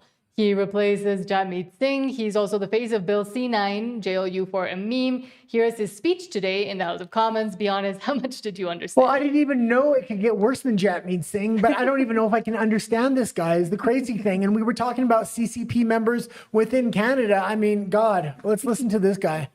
I celebrate the upcoming 95th birthday of Johnny Barani, a respected elder in Burnaby Central and the uncle of former Minister of Justice, Arif Barani. Born in Uganda, his life is a testament to resilience, service, and the lasting contribution of seniors to our communities. His legacy shows that our country is strengthened by the wisdom and dedication of those who came before us. I also want to recognize a group of high school students visiting from British Columbia. Their presence in Ottawa demonstrates that our democracy thrives when young people engage, question, and participate. At a time when anti-Semitism, Islamophobia, homophobia, racism, discrimination, and misogyny are rising in Canada, Canada will look to young people to raise their voice, lead with purpose, and bring people together. It is in this partnership between generations, where the wisdom of our seniors meets the courage of our youth, that we find our strengths. We will build a Canada of tomorrow, united, with every generation shaping and moving forward as one. Messi. God, I think it's really worrying that I have fully understood what he said. I spent way too much time in Vancouver. He's like literally a puppet of the CCP and is just going to stand there. Even worse than Jagmeet Singh, because Jagmeet Singh, number one, could at least understand, and there would be a narrative back and forth where you would debate. He's just going to read right off the paper of what they give him to say. He didn't look up one time. But again, he is the face of Bill C9, so make the connection there, people. And Bill C9 is that is the big first censorship bill coming into Canada, and there's 3 more on the shelf. Mark Carney is waiting to dish out as soon as he gets that majority government. What I'm expecting is if he does get that majority government on the 12th of next month with those by-elections, the first thing he's going to do is those 3 censorship bills, and then he's going to use the 4 censorship bills he has in total to go after Alberta independence and then start to build his own narrative. Right now, he doesn't want to build the narrative. They want to ignore it because there can be pushback through independent media. Mm-hmm. And Albertans, but Canadians in general, let me know if you drink or like milk or think that milk is beneficial. We have seen that in the United States with the push from RFK Jr. and Donald Trump to get whole milk back into schools, because if you didn't know, fat-free and other alternative options are actually worse for you and have way more sugar to make them taste better. This is a crazy next story. I'll just say that. I'm introducing this story because it's insane. But now you won't even have actual real milk in Canada, while the U.S. is trying to, make a point for having whole milk. From Odessa, I'm just going to say, Health Canada approves lab-grown milk for 2026 mass production to replace dairy cows and cause the most profound disruption of the agriculture sector. Well, let's talk about this just for a minute. I'll get you to read the headline there as well. That being said, lab-grown meats in Canada don't have to be labeled. So people are eating fake meat and they don't even know that, if it's fake meat or real meat, because it no longer has to be labeled. It can be sold as just regular meat. The same thing is going to happen with milk, I'm willing to bet. At least if you're going to sell fake milk and fake meat to an unsuspecting population, you should be forced to label it. And also, we have seen for years now the attempted decimation by the federal government of dairy farms all throughout Canada. But the headline there says we're on the cusp of the most profound disruption of the food and agriculture sector in over a century. Do you want me to play it or no? Yeah, you can. We'll play that. We'll play It's it. a little long. We'll just play about a minute and a half. I watched the whole thing. The first minute narrates it fairly well. Well, the farming industry is about to get rocked. Health Canada has approved lab-grown milk. Don't confuse this with lab-grown meat. This is something different. They have approved it regardless of the health risks. It's coming out, and industry insiders are saying that we are on the cusp of the most profound disruption of the food and agricultural sector in over a century. This is going to make farming much more difficult and making a living much more difficult for the farmers, because analysts, including those from Rethink X, predict that the precision fermentation industry will grow rapidly, with lab-grown proteins potentially becoming up to 10 times cheaper than... But also read that headline. Lab-grown food will soon destroy farming and save the planet. Well, I listened to this entire thing. We're not going to watch the whole thing now. I do recommend going to watch it. We'll watch a little bit more, though, but there are major health implications with this. And there was major health implications with lab-grown meat as well. They're trying to hide this. And one of the big reasons when you increase food costs so much, when you bring in products like this, they're hoping the general public will adopt it because it's so much cheaper. Animal protein by 2035, leading to a substantial disruption of the traditional livestock industry. And we will get to the health risks in a second. So it says here, novel foods will be cheaper, more nutritious, and healthier than current alternatives. Okay, you can leave it there. And by novel foods, this isn't just milk and meat. They're wanting to manufacture everything in these underhanded ways.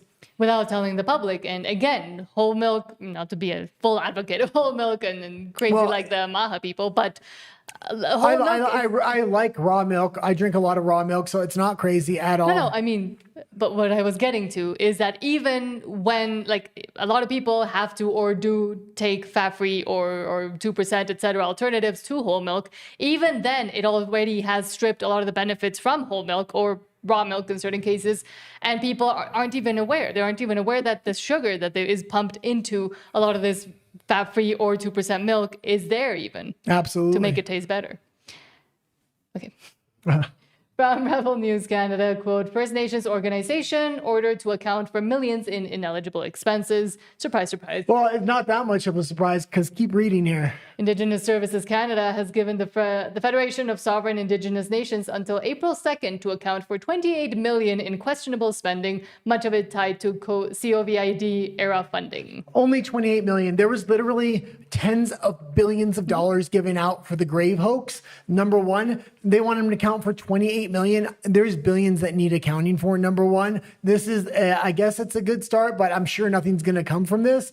When Alberta gets its independence, if money is given out, there needs to be open sourced accountability. There needs to be radical transparency for every dollar given out to every single organization for any purpose. And it needs to be easily accessed by the public. Mm-hmm. And again, this is not the first time they have been asked to account for spending or where they've spent some of the money that has been funneled through to the First Nations. Do you want me to read comments? Yeah, read some comments. You'll be back. Sean says, she did something. I have my assumptions. Canada would be a great EU member, except if they would follow the criteria for membership they laid out when they denied Turkey entry. But again, Canada wants to fully align with that side of the failing ex-superpowers, and it's insane. And them and China, which they're also aligning with China. That's the direction that they want the country to lead in. They want it to look like the EU, and we see what the EU looks like. Canada is very similar in the many ways it has already failed. Read that comment again, because I think I had something for it. Sean says, she did something. I have my assumptions. Canada would be a great EU member, except if they would follow the criteria for membership they laid out when they denied Turkey entry. Yeah, we're going to go through this in a video we're preparing to make later tonight, and we'll probably release it later this week or next week. They share a border with Denmark on a very small island, and they're saying that border connects them with the EU, and that's how they're going to try to smuggle in Canadian membership to the EU. There's a narrative being propagated by multiple EU countries, EU elites, the UK, as well as mainstream media within Canada, as well as a lot of pollsters. I was shocked at how much information was there and how deep this narrative goes. They want to make Canada part of the EU so they can draw it away from the United States. which is right there. They have one of the biggest, if not the biggest, land border in the world. Sean also says a majority land area must be in Europe. Canada is 0%. I forget the amount, but that is what was for criteria.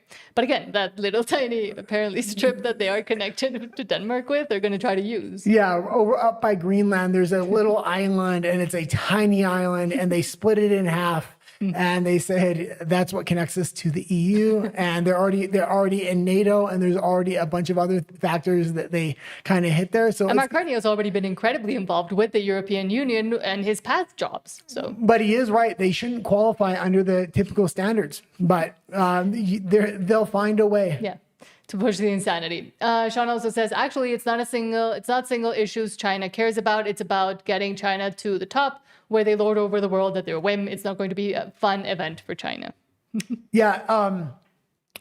I'm very heartened to see how easily Donald Trump was even for China, sorry. How easily Donald Trump was able to push back against China. I didn't know. I thought it was almost too late for the U.S. to push back.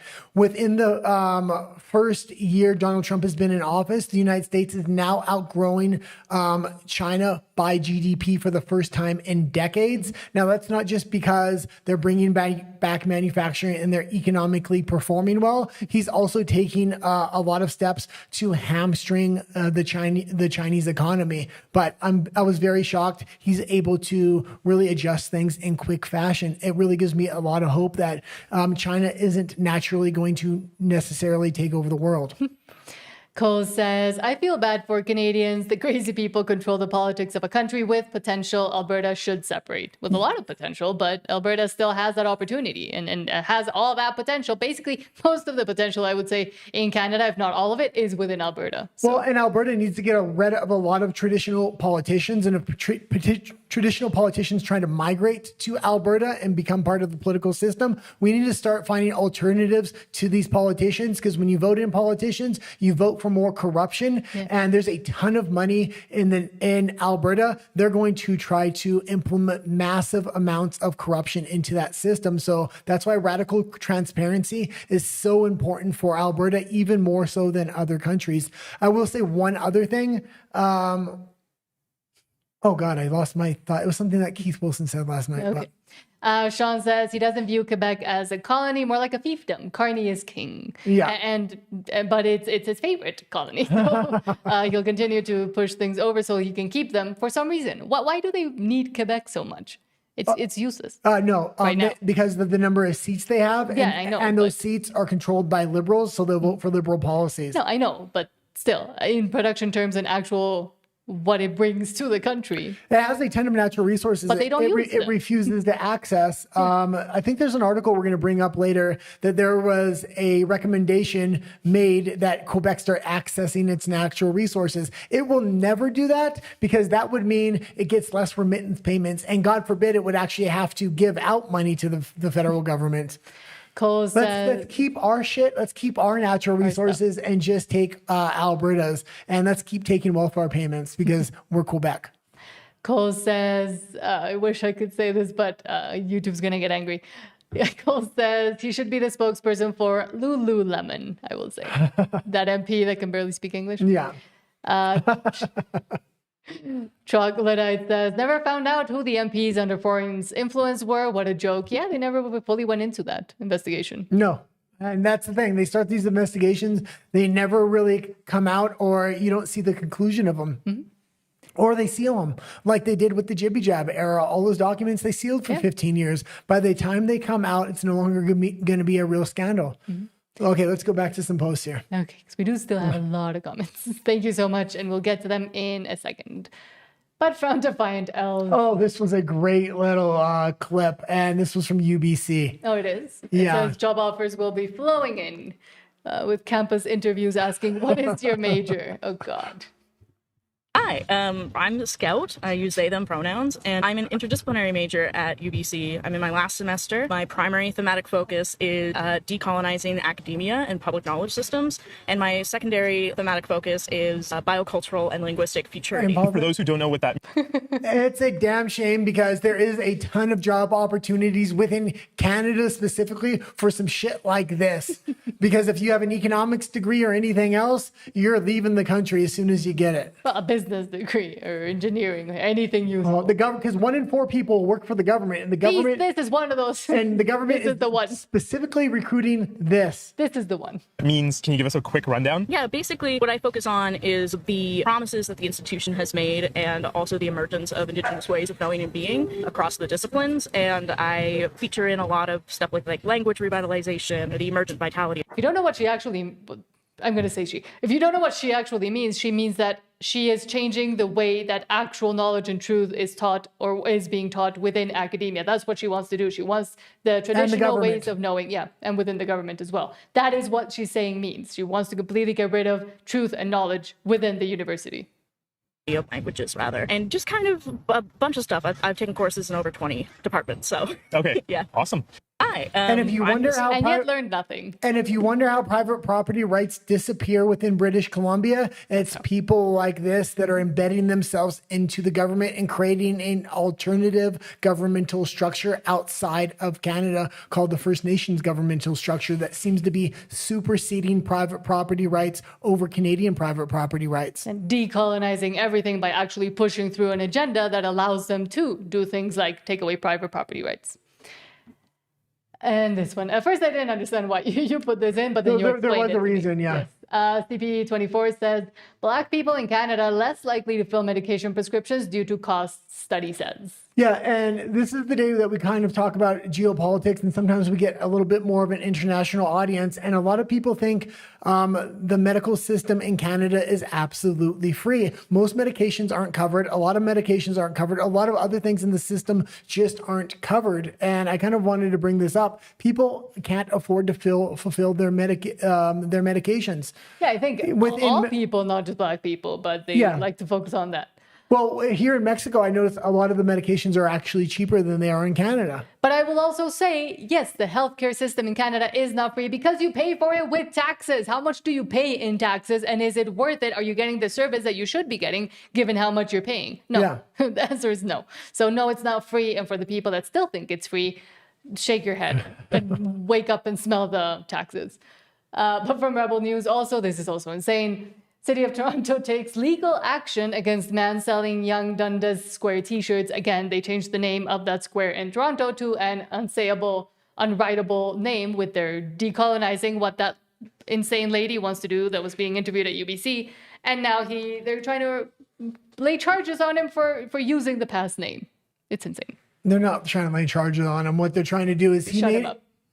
Okay, you can play the video. Shut him up.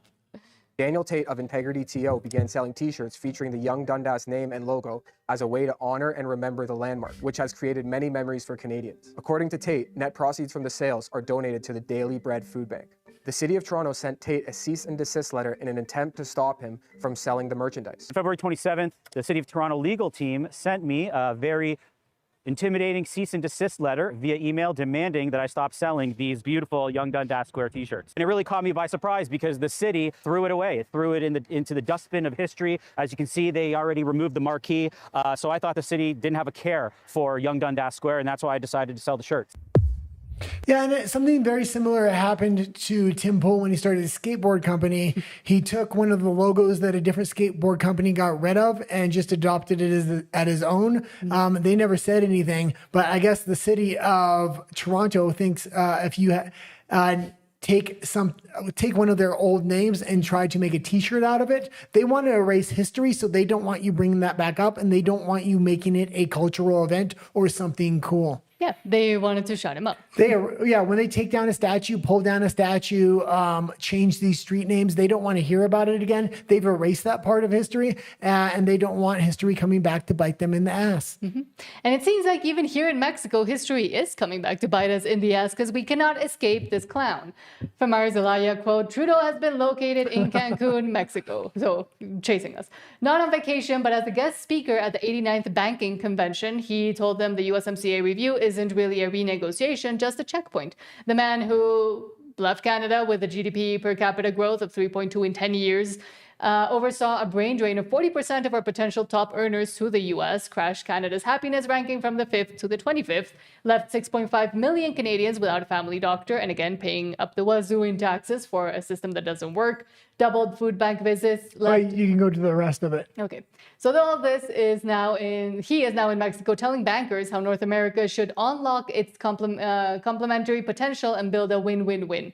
The man who couldn't even run his own caucus, and he's advising Mexico on continental trade strategy. He destroyed Canada's economy, and now he's giving banking advice in Mexico. This is crazy, and this is only one wrinkle of a couple. There's a lot of these banking conferences happening in Mexico right now where a lot of interesting information is coming out.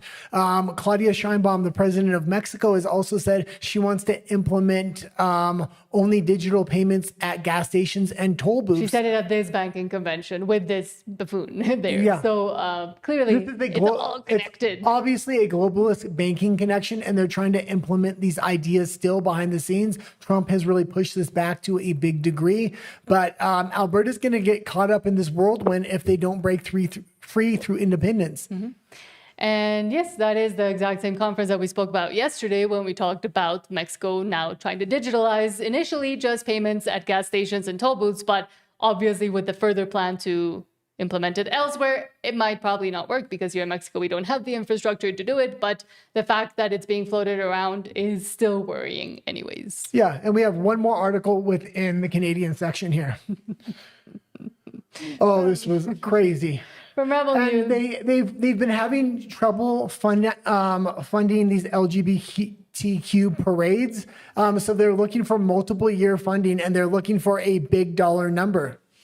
From Rebel News, quote, representatives from Canada's largest Pride festivals demand increased funding from the Carney Liberals, asserting the current taxpayer funding is insufficient. They call for a modest sum of $9 million for their festivals over 3 years. And if you're not Canadian and you didn't know, in Canada, it's not even a Pride Day or Pride Week or even Pride Month. It's a Pride season now. So all of summer is destined just for Pride and alphabet community events. Well, and things like this need to be able to be self-funded or self-sufficiently funded, meaning if they need corporate sponsors or they need to sell things, then they need to do that. I don't agree with the government investing money like this at all.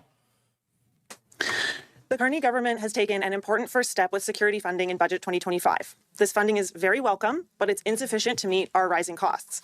We ask the federal government to create a stable Pride Festivals Support Fund, a modest, multi-year, and targeted investment of $3 million annually over 3 years for a total of $9 million. This funding will protect approximately 200 free, accessible Pride festivals from coast to coast to coast to ensure that Canada's commitment to inclusion goes beyond the symbolic. Pride funding represents a low-cost, high-return investment. If you fund this, you should have to fund every other thing, and then it just gets ridiculous. The best way to do it is not to fund any of them, because then you show favoritism over one specialty group or class. And the worst part is they probably will accept. Oh, 100%. They want this vote. So, compared to many government programs, Pride funding requires a relatively modest public investment while generating strong economic and social returns, leveraging private sponsorships and community contributions. We see that her snobbishness is just out of this. You can leave it there. And paying $9 million to bring degeneracy into your communities. And indoctrination. In Vancouver, you can't avoid these parades. And there's literally people half naked or fully naked with dog masks and everything else going down the street dancing with children, which is just a step too far for me. And the fact that they want the government, or the government has been financing this, and they want the continued financing. Mm-hmm. But now let's read your comments before we move on to more geopolitics. Sean says, love Lululemon. I don't anymore because they kowtowed to woke insanity and when they try to cancel them because of what their founder said. And then all the quality went down as well. Troglodyte says that over they're feeding dairy cattle will have effects as well. Yeah, even the feed and even the way that they've managed and they forced dairy farms to act to be able to continue to be within their bureaucratic framework is insane. They've completely gotten rid of need for cows now through a lab-grown meat and lab-grown milk. They went after those two things first when it came to genetically grown lab foods. It's crazy. Sean says, I remember as a kid, there were assumptions about food that was all positive. They advertised using chemicals in potato chips, tomatoes, and other stuff. Much more concerns over dolphins and tuna. Dolphin and tuna. Yeah. Anybody remember Olestra, that whole scandal? Do you know what Olestra was? No. It was those potato chips that were fat-free. I think it was from Lay's that made people have an upset stomach and not have good results. Sean says the First Nations will get whatever state official to say they came to an agreement and everything is great. Keith Wilson did go over a lot of the options for First Nations too, and it was kind of good to hear he did just lay it out. And he said each tribe within Alberta will vote, and they'll basically have three options. They can stay part of Canada, even though they'll be located within Alberta, or they can take the same agreement they already have with the Canadian government and bring that into the Albertan government, or they have a third option to potentially try to renegotiate with the Alberta government for a more modern contract. Sean also says, but that would have to mean Greenland is in Europe. It's not, and not Denmark. Greenland, I believe, it has embassies in their capital and abroad, and also there is colonization treaty in the UN. Yeah, well, a lot of the things Carney's having to do with his immigration policies right now, because there's so much pushback. The UN came out and said that doesn't meet our international standard. Mm-hmm. So. Somebody says, hello, says, who decided to add palm oil to butter and to everything else that you consume in the grocery store? And continues, I had a very hard time finding butter without it. Terrible butter. I believe Lurpak still, I think that's a brand that they also have in Canada, and Kerrygold. Those two are still 100% just dairy. But yeah, I mean, and peanut butter in everything you consume has palm oil, and it's not good for you or the environment. And I keep saying it, but the fact that they don't have to label lab-grown meat in Canada and they can sell it as regular meat is beyond me. And that they want to get rid of farming traditions and agriculture as we know it, because they want to be able to control the production of food. Well, therefore the people. I'll say to go a step further, I wouldn't be surprised if they really try to get Cisco to sell this lab-grown meat as regular meat. Restaurants. And if they get Cisco to adopt this and stop selling regular meat, I mean, that's massive infiltration of the food market within Canada. If you didn't know, Cisco and Gordon Foods, I believe as well, are two of the big food suppliers for all restaurants in Canada. Yes. Soylent Green is people. That's where we're going to end up. Sean says the managerial elite need a form of caste or hierarchy, which is aided by links to the past, which Quebec represents. Yeah, I guess. Yeah, because I asked why. Why do they care so much? Well, there's a lot of reasons. Quebec gives a lot of political power to Ottawa and gives them excuses and things to do different political moves on the chessboard that normally wouldn't be there. It's literally controlled opposition. That's why I'm not expecting Quebec to try to knock down that bill with a veto, even though they're the one place in Canada that has the power to do it. And the bill that's going through would directly affect Quebec separatist movement, which they claim to want, but they keep delaying it and saying, oh, now it's 2030. Mm-hmm. Troglodyte says all these useless degrees, and young people are still convinced to go into debt and that they have to go to university or college. Yes, maybe in Canada you will get hired with those insane degrees because that's how insane Canada is. But universities have essentially just become giant daycare centers for adult babies. That's all they do. That's all they are. And then they don't actually get to reach adulthood and become responsible for themselves because they've never been taught or trained on how to do that. And truth has been completely removed from the equation too. Yeah. Sean says a lot of those people in Oregon. How do you say it? Oregon, thank you. They move here thinking it's a progressive utopia, which it certainly is not. We are listed number 5 unaffordable state here in the U.S., and Sean is in Washington, so right next to it. Yeah, I'm wondering what's going to happen when Alberta does separate, and this is why I'm trying to get a lot of conservatives to realize if they're going to leave Canada for the U.S., leave Canada for Alberta before this independence vote, so Alberta can get its independence, and then we have a secure ideology within Alberta. Because after Alberta gets its independence, you're going to need really, really hard, strict standards for immigration, because your economy is just going to boom and Canada's economy is going to fall even though liberals don't like conservative ideology, they're going to try to flood the zone. They're going to all want to come into Alberta. You're going to need a way to weed those people out. Otherwise, what happened to Canada will happen to Alberta. Cole says, I prefer my system of private healthcare in my country. We don't have super long wait times, and cost/coverage is optional based on your personal needs. God bless America. And I mean, here in Mexico, we have it's not a perfect system by any means, and the free healthcare is not good at all, but at least there is that private sector that can funnel away a lot of that bloat that happens within the only socialized healthcare systems like Canada. Well, most people don't understand when countries have socialized medicine, it usually has a private sector as well that cooperates with them. So people that can afford it just go to the private sector. It relieves pressure off of the public sector. Canada is the only country in the world that has a monopoly on healthcare where it's only public sector, which it becomes overwhelmed and it breeds massive amounts of corruption in. Sean says, and it's related to this last comment, the people who say Canadian healthcare is free, I guarantee net do not pay taxes or very little. And that's why they think it's free. Yeah.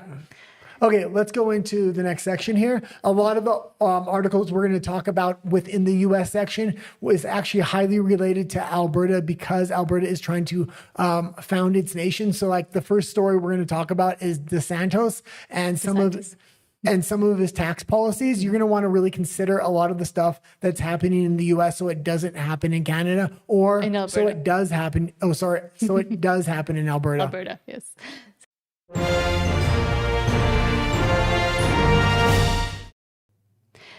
Starting with DeSantis, hold on, there it is. Starting with DeSantis from Dinesh D'Souza. You just look happy there, but no, he looks like a small kid that went to a party and wants to leave. If I go to Best Buy and buy a TV, I pay a sales tax, but I don't keep paying taxes on it year after year. And yet when you buy a house, you do. And we've brought this up a lot of times on the show, and this will be a great policy for Alberta to implement because they're going to have so much revenue from natural resources. And that's no taxes on property. And like Danielle Smith made the case with an analogy earlier, Ron DeSantis does it here, but it looks like Florida may be the first state to get rid of property taxes. Trump wants to do it on a national level, and that's one of the big benefits to tariffs if he can get them to hold. No, you should own your property free and clear. I think to say that someone that's been in their house for 35 years just has to keep ponying up money, that is not, you don't own your home if that's the case. So yes, of course, I'd like to see people be able to owe free and clear. And it's interesting because it's like, if I go to Best Buy and buy a flat screen TV and put it on the wall, I got to pay a sales tax on it, right? But I don't keep paying tax on it every year. I mean, it's just that's not how we do things. It's like, okay, if you're going to tax something, you tax it at the transaction and then let people actually enjoy their private property free and clear of the government. So that I think is the vision. That's the philosophical insight. And if you think about our founding fathers, when they were proposing the Constitution in one of the Federalist Papers, I think it was Hamilton, he's writing about, because, there was opposition to the Constitution. They were making a more powerful federal government than under the Articles of Confederation, and people worried about taxation. And they didn't have, obviously, a 16th Amendment, which eventually came on income tax, but basically you were not effectively allowed to do any direct taxation. It had to be indirect, meaning you couldn't just, you could theoretically just and you can leave it there. And it's good to hear Donald Trump is really one of the first people bringing this up. Like, can we get rid of all taxes on all citizens? That was the original goal when he brought in tariffs. And the fact that DeSantis is able to take away property taxes will be absolutely huge. But these are the kind of questions Albertans are going to want to start asking themselves at the founding of their nation. At the founding of the United States, there was no tax until the World Wars. And then it was supposed to be on the 1%. And it was supposed to be limited and taken off after a few years. We've seen what happened. It was never taken off and it was only expanded. Although DeSantis there is a little bit wrong because now you do kind of pay taxes in another way when you have to pay a bunch of subscription services. And it's also but it also goes into the whole you'll own nothing and you'll be happy. That's why I'm a big advocate of physical media, that they cannot come in and change whenever they want. Well, and another thing, when you take off property taxes when somebody is fully paid off their home, this really helps out retirees that are on a very tight budget, which is usually their CPP or their retirement fund. So not having to pay property taxes really helps that cohort of individuals. Which has also been amazingly mismanaged, the CPP. We'll continue to make that video soon. But from Wall Street Apes. And yes, this happened today or yesterday, I believe. Happening now, explosion reported at Valero Refinery in Port Arthur, Texas. This is one of the largest refineries on the Gulf Coast with roughly 335,000 barrels per day capacity. Residents reported the boom rattling windows. They're going to take shelter. Well, and this is going to obviously affect Alberta because of how it affects the oil industry. And a lot of Alberta's oil actually goes down here unrefined and then gets refined down here. So I'm sure this is going to create another oil price surge. But on top of that, it looks like this was no accident. There's an investigation currently going on. The next article is going to cover a little bit of that. But let's see the fire.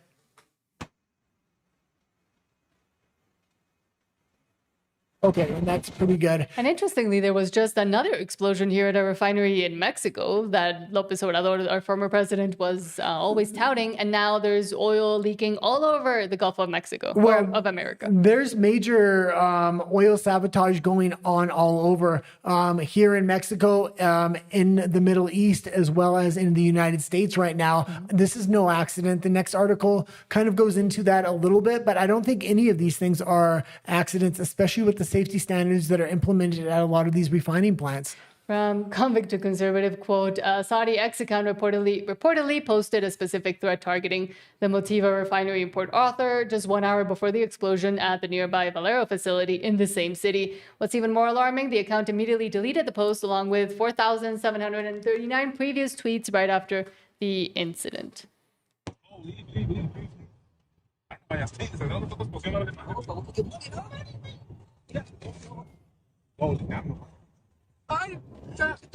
Okay, and you can leave it there. The Mexicans having the conversation on the video saying, God damn, what's happening? That's huge.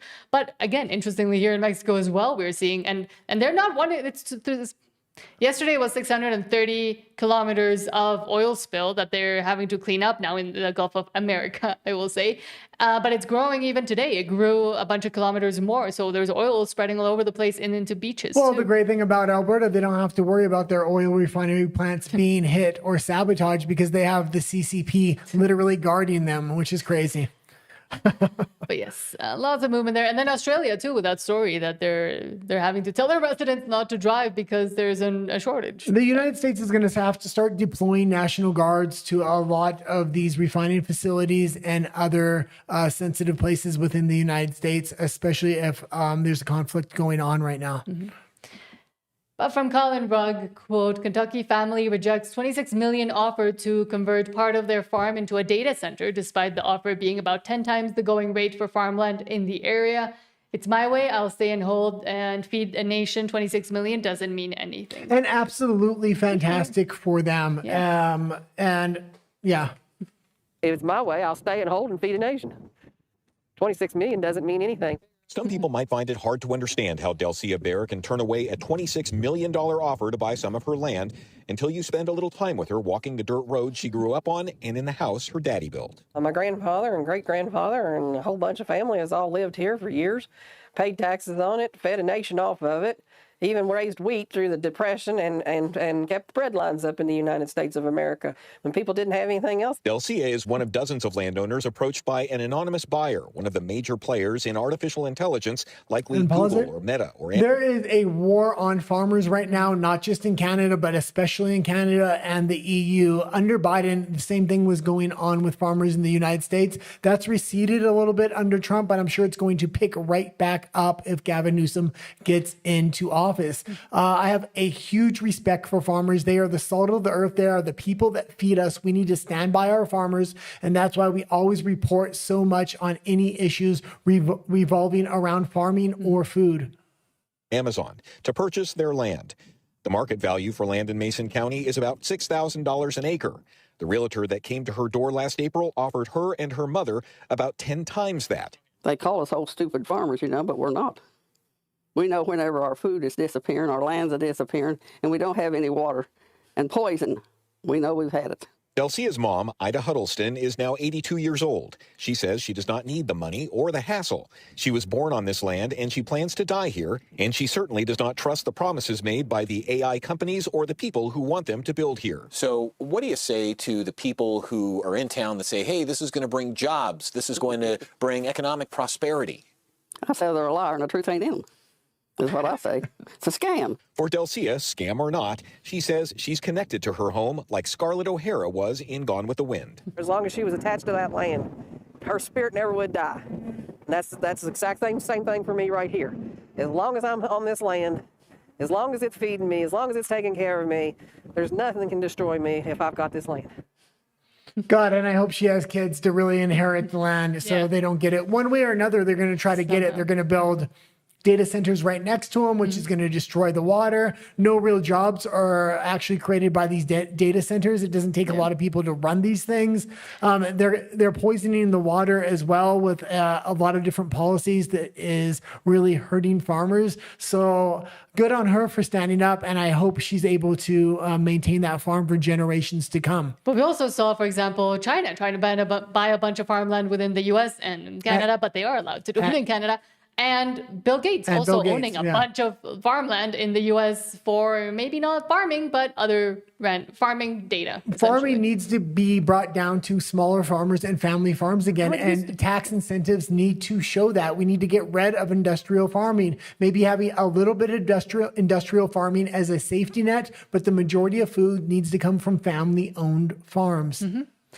And again, they're so important. They're the backbone of society, and they've been completely thrown by the wayside because not just that, but because the government also wants to be able to control the food. When you control the food, you can control the nation even further. Exactly. And one of the big wars that was happening under the Biden administration, and we covered it very heavy at the time, was the war on Amish farmers specifically, because they use no pesticides. They use no modern tractors or anything like that. They had some of the cleanest food, and they were a baseline against the American population where they weren't on pills. They were eating healthy. They were outdoors. They weren't on computers. And a lot of studies would always compare the Amish to Americans in different cities. And the compare and contrast really shined a light on a lot of different situations that the government is failing on. Yeah. And society, I would say, in general, is failing on. But something that also failed and socialists and communists should learn, but they never do. From Lark Davis says, quote, Massachusetts introduced a millionaire tax, which a lot of people think is a great idea. In 2023, 41,000 residents left the state, taking $4.2 billion with them. 70% of that came from the top tax bracket. Money moves, always has. And New York is also learning the same lesson. Well, and I brought this story up because I think there's a lot of compare and contrast here to British Columbia, especially with the population sizes. British Columbia has 5,700,000 individuals. Massachusetts has about 7 million people. Both places had 41,000 residents leave for a better either a better state or a better country. Again, a lot of people are going to start migrating to Alberta once you get your independence. Let's try to get them to migrate before, especially if they're ideologically aligned. How much money did they take with them? So we're talking about 2023 because that's when this tax took effect. And in that same year, the state lost 41,000 residents. And with them, they took $4.2 billion in adjusted gross income. The amount of income lost was an 8% increase year over year. How much money did they take with them? And I was just looking at the statistics of migration from one state to another. Red states like Tennessee, like South Carolina are having massive, massive influxes, so much so they can barely handle the influx of people with their infrastructure. Alberta is going to have the same problem. It's not going to be immigration coming from India and China like is happening now to Canada. It's literally going to be other traditional conservative Canadians wanting to migrate to Alberta, and you need to be prepared for this. But also to all the socialists and champagne socialists that think it's a great and communists that think it's a great idea to tax those and tax the rich and eat the rich and etc. When will you ever learn that when you do that, the rich leave because they have that ability because you're taxing them even further up the wazoo, even when they are already contributing a lot. But then that tax rolls back down to the people that make a little bit less, and then a little bit less, and then a little bit less, and then it ends up taxing the actual citizens that cannot pay for exorbitant taxes. And it's insane to me that people still have not realized or don't want to see that that is always how it works, and that in a lot of cases, not always, of course, not all millionaires are great, and some of them do evade a lot of taxes and do owe a lot in taxes as well, but a lot of them are paying, what are you doing? A lot of them are paying way more than they should be, even as it is. And they're already paying a lot. And a lot of the services that the cities and towns use come from the taxes of the richest. Well, one more thing I kind of want to say about this is once Alberta gets its independence, obviously in the beginning, it's probably going to put a heavy tariff on BC in order to negotiate access to the coast. But after they give them access to the coast, they can go tariff-free with BC. They can also go tariff-free with the rest of Canada and the United States. What does that mean if you're tariff-free? That means a lot of businesses that are within Canada and the United States are going to headquarters within Alberta, especially if you have good tax policies. This is going to create a ton of jobs. And one of the big knocks against Alberta is, oh, look at Quebec. Look what happened to Quebec when they tried to separate. All the businesses left. It was a bank. They were banking businesses. They were financial businesses. The businesses that are headquartered in Calgary and the rest of Alberta can't leave because their manufacturing and the raw materials are within Alberta. So tax policy is going to be something crucially important. If you can make a very low tax policy or no tax policy, you can really benefit that from that, much like other countries have, whether it's Ireland or Texas or Florida. And even though it seemed like most common sense had left Minnesota with all the scandals that surround them and Tim Walz himself, Tampon Tim, apparently, the city of Zumbrota does have some common sense left. From Wall Street Ape's quote, the city of Zumbrota in Minnesota just voted to reject the state flag that Tim Walz changed to look like the flag of Somalia. Yeah, a lot of people might not know this story or might not know the Somali flag, but Tim Walz in Minnesota changed the state flag of Minnesota to the Somali flag, which we know there's massive corruption within the Somali community. And they were working hand in hand with the government, so much so he changed the state flag to a Somali flag. Luckily, some residents are starting to reject this and wake up. We have other pressing issues in the city of Zumbrota. Zumbrota Mayor Todd Hamill is talking about the debate over the state flag. You won't find it on the pole outside City Hall. The only place we fly the state flag is in council chambers. But after a council vote Thursday night, this flag will come down and this one will go up. People are seeing the current flag as a Democrat, the previous flag as a Republican. The state debuted its latest flag 2 years ago to replace this one from 1980. And they won't even say it. It's said on every independent media show, he changed the state flag of Minnesota to the Somali flag. Essentially. And they don't want to say it, but hopefully they get the old flag back here.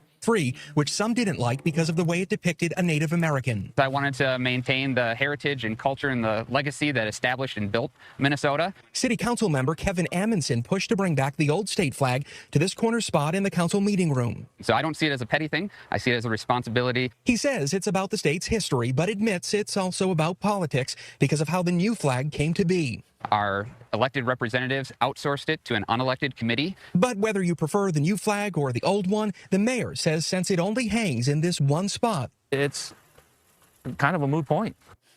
And you can see that they kind of cut away from that guy that was explaining that it's about heritage and that it was an unelected council. I'm sure right after he said very embedded within the Somali community, and they probably cut that bit off. Absolutely. Because that's the truth. When I first heard about that story, because I didn't know they had changed the flag for a long time, and then I was like, what did they do? This is absolutely insane. Okay, let's go into the... Colonized. Actually colonized is what's happening. Same as in the UK, but from James Fishback, and I'm a huge advocate of homeschooling. And a lot of people may not know who James Fishback is. He's the underdog candidate in Florida, the MAGA candidate in Florida. I like a lot of his policies. He really takes a lot of risk and kind of tells it how it is. Says if you, as a parent, make the decision to homeschool your children and your county spends $15,000 per student in public schools, you deserve the full $15,000 for your child's education, I will say. Well, and I will say he's the MAGA candidate, but MAGA is not backing him. The Republicans aren't backing him. The Democrats aren't backing him. He is the underdog candidate, and I hope he wins. I believe it is time to step up the Step Up program. I'm calling it Step Up Squared. If you take your child out of Clay County Public Schools, and Clay County was going to spend $15,000 per pupil per year, and you take your child out, why don't you get the full $15,000? It was going to be spent over here. Why don't, if you take your child out, if you are bold and courageous and you want to homeschool your child, you should get every single penny, and as governor, I will fight for you to get the full amount. That's called fully funding our school choice program. I believe it is time. Yeah, and policies like this, we're really going to need to look into when Alberta becomes its independent nation. Just like I said, a lot of these geopolitical stories will have an influence if you pay attention, just like Ron DeSantis with getting rid of property taxes. This is something you definitely want to consider with Alberta. Not only consider, I think it needs to be a mandatory. How do you promote homeschooling? How do you even promote the education system? What do you want from your education system? We're at a big transitionary point with AI coming in and a lot of other things. We showed a ranch that a lot of high school students go to get OH ranch within Alberta, where they get a hands-on education about the real world and how farming works. And I think that's fantastic. And especially when Alberta becomes independent and starts building as a nation, education will be one of the most important things to look into, especially because of what Canada has done with its education system and provincially what each province has done as well. It's insane the things that they're teaching in school for kids. Again, I worked at 2 different high schools in Vancouver, and it's insane what the curriculum actually says and does and what young students are being taught. Well, yeah, they're implementing ideology into everything. I would like to see real world work experience put into everything, meaning in math. Relate it to mining, relate your math equations to oil and mining and other sectors that are alive and well within Alberta, and then have, as the child gets older, have them do hands-on experience at a lot of these things, take field trips to a lot of these things. So their education is not only related to the real world, but the real world jobs and the blue collar jobs within Alberta. Yeah, the current education system is essentially just founded upon factory workers in the late 1800s and early 1900s. So that's where it comes from. But Sakin Jose, I guess, says Catholics will soon surpass evangelicals in number in the United States, becoming the largest Christian denomination, according to a new report. Yeah, and I just kind of wanted to bring this up. There is a huge resurgence within Christianity, not just Catholicism, but also Orthodox and other denominations as well. And it's good to see there's an absolute war on Christianity going on within Canada. Yesterday, we reported on another church burning that happened in Canada, and good on Rebel News for constantly reporting on that, because it seems like no other news outlet is doing it. And Rebel News is literally going to the ground each time a church is burned. Yeah.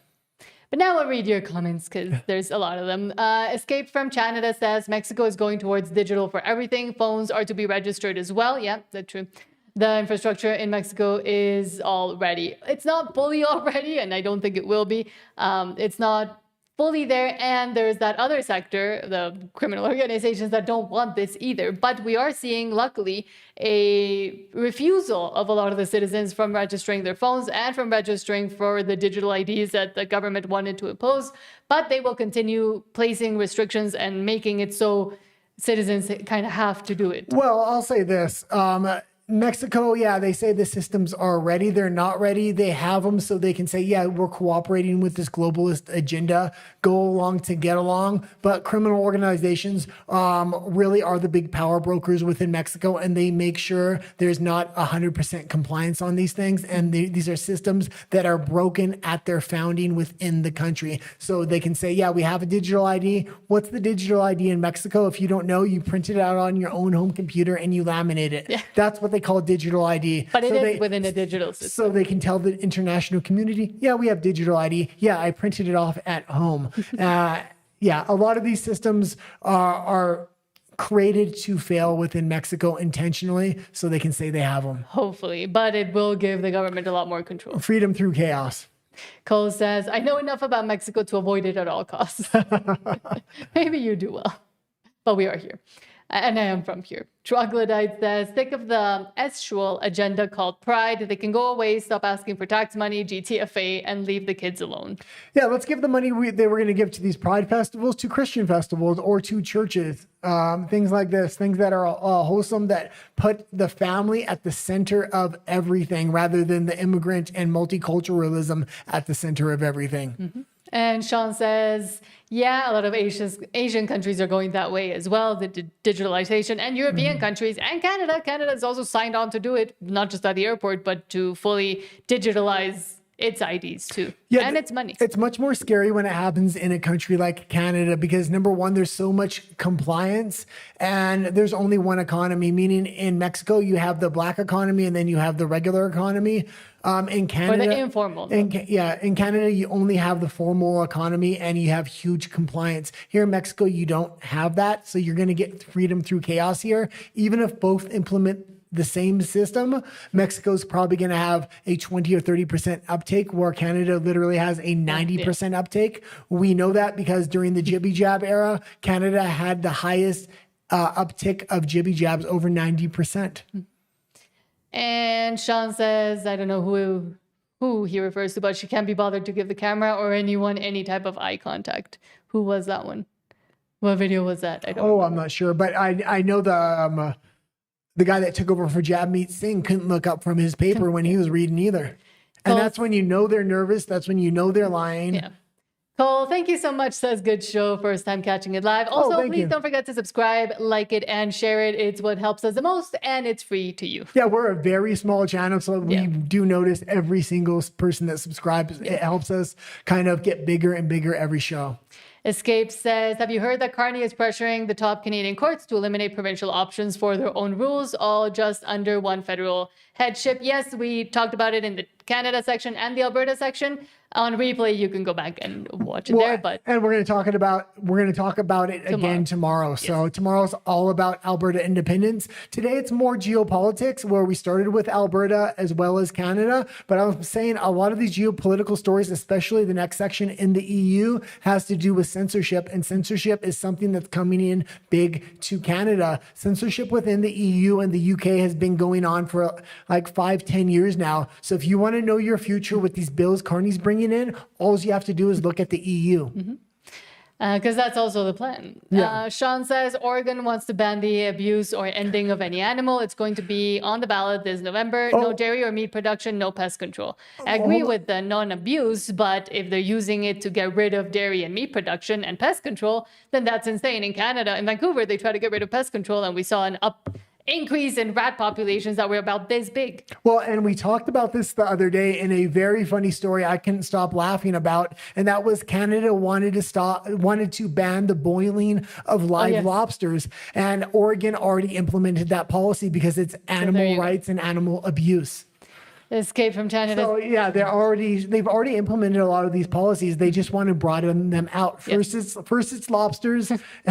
Tomorrow it's every animal. You can't eat any meat except the MAID program for humans. Exactly. More than okay. Just off humans and protect the animals.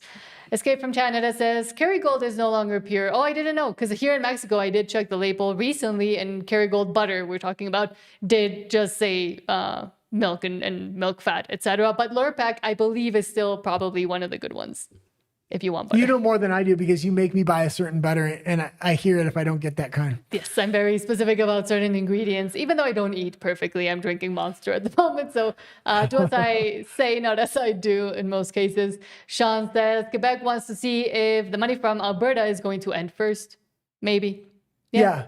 And this is the thing. If the money from Alberta ends, I think Quebec at that point, if the federal government doesn't go after BC to start more natural resource projects, so that will be the new remittance payment capital for Canada. If that doesn't happen, Quebec very well may start accessing their natural resources, and that could be a good thing because they have a lot of them. And then if they can build out that industry, then they're going to have the ability to stand on their own 2 feet. And then if they want to separate, it will actually work. Right now, they're wanting to separate, and they don't actually have the means to do so because ideologically, they don't know how to make money. They're on the Canadian Welfare Program, which is the remittance payments coming from Alberta.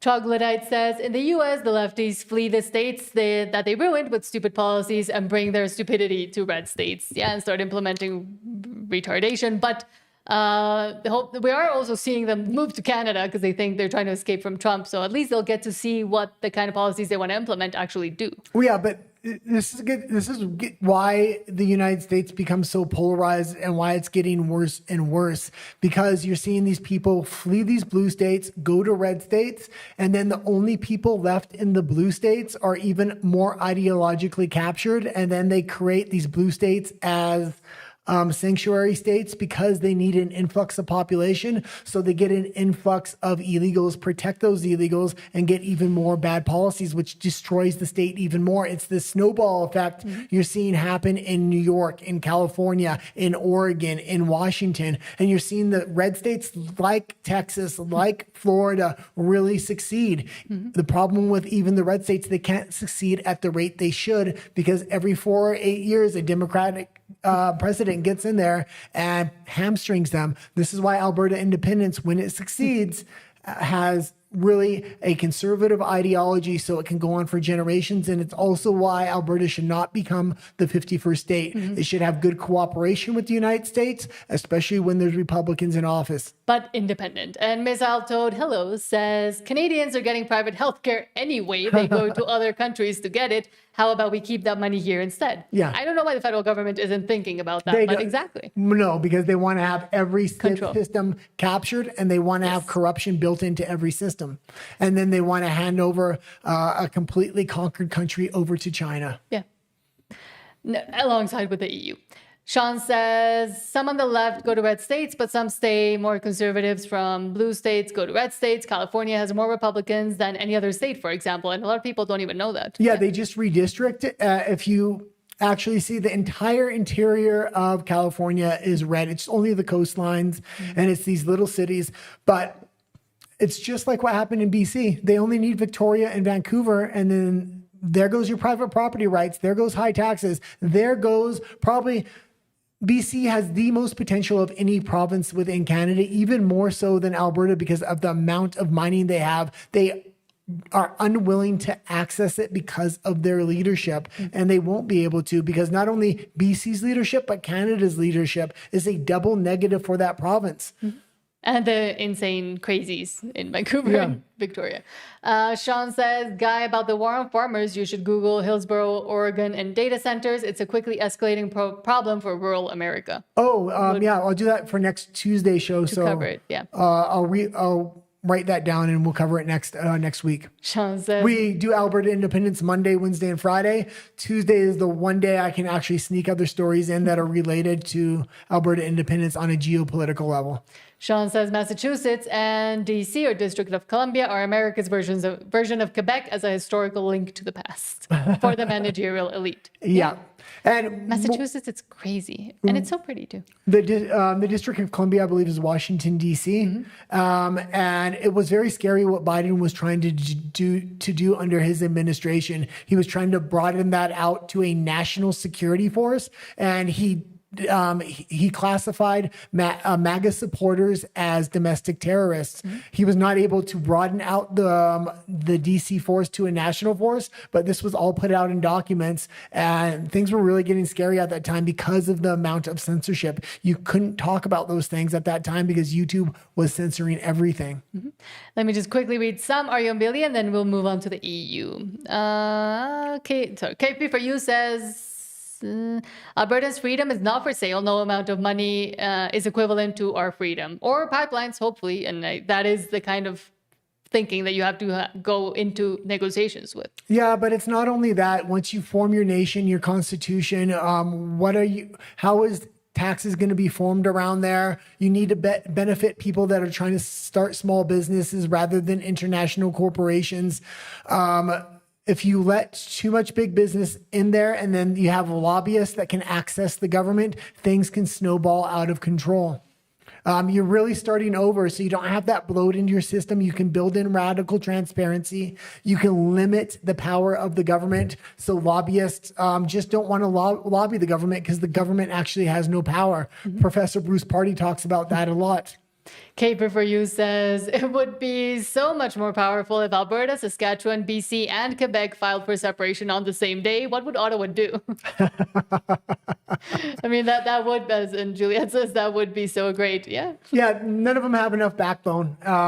And that's why Alberta's going first. They have the balls, they have the backbone, and they're going to do it. They're going to set the framework. Then Saskatchewan's going to follow after, but it's going to take a strong grassroots movement, because I'm already seeing Premier Mo bend on a lot of issues. He's already going to China with freaking Carney. He's talking about we need to register all the guns. I'm protecting them, but we need to register them. And when the government's ready to buy them at a fair price, we're going to have to give them over. Yeah. He's not only playing both sides, he's leaning far more into the liberal side than I want to see at this point, even far more than Danielle Smith. Danielle Smith has a lot of good policies. And if this vote comes in very strong for Alberta independence, I think you may see her really start to align with the independence movement more and more, because she knows her political future may be in a free Alberta rather than a national Canada. Right now, she sees her future with a national Canada. Hopefully. KP4U says Ottawa would not have time to scheme and scam if they were battling 4 provinces at the same time. They would be finished. They're already finished. Yeah, but number one, Quebec is controlled opposition. They don't actually want to separate. They just want to say they are and get more welfare from the federal government. Saskatchewan does want to separate, but they don't have a strong enough leader that's putting things forward like Danielle Smith did for Alberta. As much as I talk shit on her, it's because I want to pressure her to get the best deal for Alberta, and she needs to use Alberta independence as a weapon against the federal government, and she's unwilling to do it right now. Christu, hello, thank you for being here, says, good evening, dears. Hello, Alberta independence. And also says, late to the party, long productive day at work again. Good. Well, and we do have a companion, which is our X account, where we post every single article and post. Yes. So if you missed the show or you're coming in late, feel free to go there. Yes, and Crystal also says, you're right, you got it right. We'll have probably a modicum, flat corporate and personal tax, and no residential property tax in Alberta. Eventually, personal tax will be scrapped, income tax, that is. The new Republic of Alberta will build 2 to 3 refineries and export the excess crude. I can easily see next to free gasoline and diesel at the pump. See Saudi Arabia. Yeah, and I know this might upset some people, but home ownership shouldn't be an investment for retirement and stuff like that. You should manufacture so many homes, they're actually extremely cheap to own, and there should be no property tax on that once you pay it off. It should be something people live in and pass down to their children, and they have security where they're going to live, because they're not going to be paying a taxes even after they own it.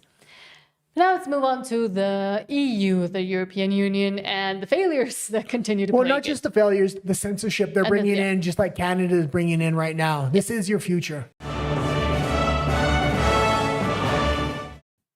This is your future. In Canada, Alberta may have a chance here. Yes. From Radio Genoa, more than 10 British police officers have arrested an elderly man for using what they said was offensive language on social media. The UK is worse than North Korea. Yeah, and again, posting videos like this within the UK and the EU are considered hate speech, and they will arrest you for it. They don't want a light shined on them right now. That's why people in the UK and the EU are begging small channels and independent content creators to post things like this to get the word out of what's going on in their country. Carney's about to get a majority government. He has 3 more censorship bills lined up. Things like this won't be able to be posted in Canada pretty soon. So just be aware of what's going on in other places. Let's go. Let me just report. This is kind of unusual. What's going on? Okay, so currently you've been placed under arrest for harassment. Hold on. Listen to my colleague. Explain everything. Yeah, explain everything. So you're under arrest on permission to harassment. Harassing who? Okay, well, explain through. 2 seconds. My children are in there. Just let us speak, and we'll go through that afterwards. Harassment for who? I don't understand. You do not have to say anything. I don't know what's going on. Let me explain the question, okay? You don't have to say anything. It may harm the event. You do not mention one question. Later on, okay? Anything you do say may be given there. I completely don't understand. Do you understand the point? I don't understand what you're doing. Okay. I've got 3 young children. That's what you're going to say. Yeah, I'm listening. Right, so you're under arrest currently, right, on the suspicion of harassment. From who? We'll go through all that. Sure, I'll explain the portion to you, okay? So the grounds of the arrest are that from the 10th of March, you've made apparently a number of posts online and on social media harassing an individual and making serious allegations. Yes. That's someone from the church. I don't know. Yes, Bishop Moran. Yeah, sure. Yes. Remember, you want abortions, and can you do say we'll be given? Yeah, safeguard. Yeah, we've got serious safeguarding concerns. Okay, that's fine, but we need to interview you in relation to that. Yeah, sure. been made, okay? Yeah, no problem. Please vote for children. Is there Our children are homeschooled, but how old are they? It's all right. Can you take the handcuffs out? How old are they? But if you want, just for the time being, and then I'm going to assess it in a second. Okay, how old are the children? Well, first of all, there's no need to read. So, going on. So, how old are the children, please? My children are 12, 10, and 8. So, if you can I mean, look, I'm not going to run off. I'm not a dangerous character. I mean, this is just unnecessary. So, I'd like to also record this from them. Okay, well, our cameras are recording as well, okay? We are actually seizing the phone, okay?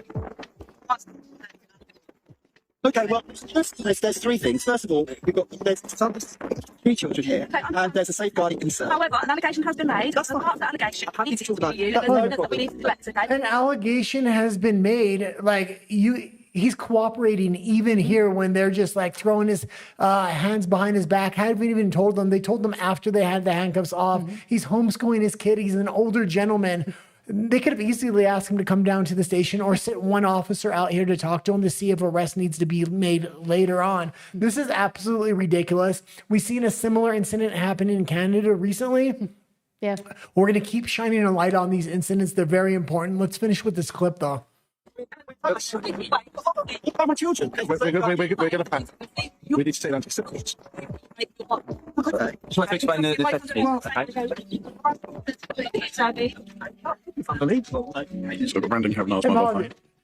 I don't know if you noticed, but the girl was in a skin-tight leotard and they were patting her down. Like, ridiculous. She's a mother that's homeschooling. They live on a farm. This is God.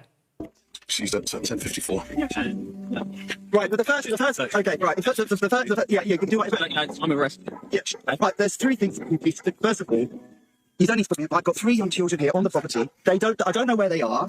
They'll be left here on their own, and I need to sort that out. You can comment with me. Now they've been arrested, we can take you to the house, and then. So, what I used to say is, Chris, He was way too polite. 6 or 7 cops to do that. And then it looks like they were arresting the mother as well, patting her down. What are they going to arrest them both and then take the children into custody over an alleged hate speech offense online? This is absolutely ridiculous. Carney is going to be utilizing his power to implement the exact same laws because he knows the chilling effect it's going to send to Alberta independence specifically. It's the one movement in Canada he's going to go after first. And again, all of Canada, but specifically Alberta, don't say you haven't been warned and that the examples haven't been out there, because they have been. And the plan is almost the exact same one, even word for word. Well, and I will say this, I do have a bit of a game plan for this when it does happen, if they do start arresting content creators, because when we moved to Mexico, a lot of people were scared to speak out and speak that they were against the government. So what I said needed to happen here was people need to hide their identity so they can speak freely online. Something similar might have to happen in Canada. The problem is a lot of big content creators, their identity is already out there. Their audience is already built. So they're not going to want to hide their identity, or they're not going to be able to. So it's going to take a new crop of content creators to hide their identity, to speak openly, or to come on shows that are outside of the country like ours that focus on Alberta independence. And we can interview people anonymously that are living in Canada so they don't fear arrest. And it sounds like scaremongering when you say it, but then when you have the example after example in the UK, in Australia, in other places in Europe, over social media posts and just allegations, there has been a complaint and they were already putting him in handcuffs. So again, the reality is already here. It's just you're not being told about it. Tens of thousands of arrests being made in the UK alone, tens of thousands and more within the EU, and Australia is going down the same path. I was surprised it wasn't quicker in Canada, but it was the minority government that held them back. With this majority coming up, and we already know the bills are written, they're going to be shoveled through. And he's going to make up for lost time. And speaking of colonization, in the UK, Glenn Beck says, it isn't coming, it's already here. Ayal Yacobi says, British, quote unquote, MP Iqbal Mohammed, MP who has Pakistani heritage, calls for Islamists to take over the UK. Also, if you didn't see, guess what flag they were flying over Westminster Abbey the other day? The Pakistani flag. Well, and this was the one post I put every single article we do on X. This was the one post that somebody actually liked. I think it was Steve Safaro. These events, these activities, this unity must grow and continue and take over not just parts of Birmingham, but the whole of Birmingham, the whole of West Midlands. of grassroots democracy in action. And we, our communities, have shown the establishment and the rest of the country that we will not be taken for granted, and we will win. The establishment know that if you let one person stand up to them.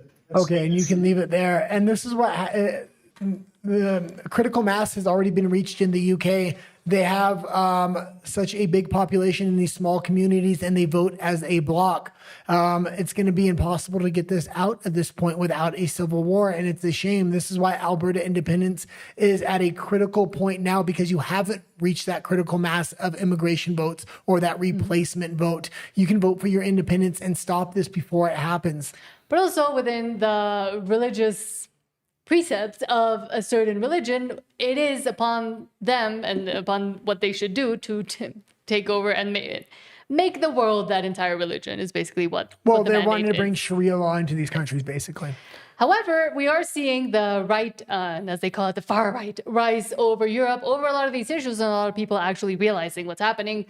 From Dinesh D'Souza, quote, German political leader Alice Weidel, they flood our countries with illegal migrants and force our own people to feed and house them, all while terrorism stalks our streets, crime explodes, and extremism takes root. And this was a fantastic speech from the AfD leader. They've done everything from trying to debank this party to outright ban the party. They weren't able to implement the outright ban within Germany. That being said, they had more big wins last week in some by-elections, and so did France. They're unable to stop this because of the grassroots movement. They don't know what to do. They're finally firing on all cylinders. The only movement that's firing on more cylinders than AfD in Germany is the Alberta independence movement. And it's there's a lot of similarities between the two. I will also say the AfD have a lot of resistance working against them, much like Alberta independence has, because they're located in Germany. All the globalist organizations are headquartered out of Germany. But this time, the danger does not come from without, it comes from within. It has been rising from the globalist elites in Brussels and in too many European capitals. And precisely because it wears a mask of benevolence, it is so diabolically dangerous. They flood our countries with illegal mass migration. They force our own people to feed, house, and privilege these masses, while crime explodes, terrorism stalks our streets, and Islamic extremism takes root. And in doing so, oh, it's almost over. We'll finish it steal actually. the very soul of our European nations. And why is she allowed to say that when other politicians aren't allowed to say it in the EU? They're using hate speech laws specifically when you talk about Muslims or immigration within the EU, and they'll arrest you for it. They've made it illegal to make it part of your platform. She's too high profile. They can't do it to her. If they try to make an example out of her, it's going to just expose them even more in their authoritarianism. But smaller politicians are being arrested for saying the exact same thing within the EU or online. So again, Alberta, pay attention. Yeah. And then you have this at the Oh, end. this is just a great little clip here. American AF says the European mind cannot comprehend this. Yeah, Europeans have just banned everything from gardening scissors to knives to firearms, you name it. When a European sees something like this, it breaks their freaking mind. This is very Albertan as well, not just American.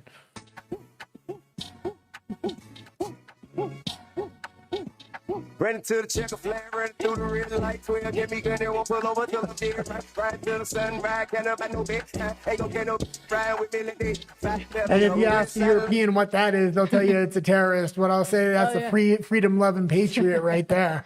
But it's funny because I do watch, and you know this, I do watch a lot of like travel shows or just random YouTubers when I'm editing and I don't want to think about politics. So I watch British guys that go on cruises, but also British guys that go to Korea a lot. His name is Korean. Ben and Dave, I think they're called. No, but his other one is his name is more well-known Korean Englishman. But they've gone and they've done tours of the U.S. and every time they have to look at a gun or talk about guns or they take them to a firing range. They've gone in the South. They took them to look at tanks as well. I think their mind was completely blown and they were like, "Oh, I'm scared to touch. Like I don't know what to do. I'm scared. Oh, I've never seen a gun even." Well, so because their police force, a lot of them don't even have guns. They have tasers. This is why it's so important. And I talked about this on yesterday's show, but a few decades ago, the United States used to have gun safety courses in high schools, and they used to actually have shooting classes in schools as well.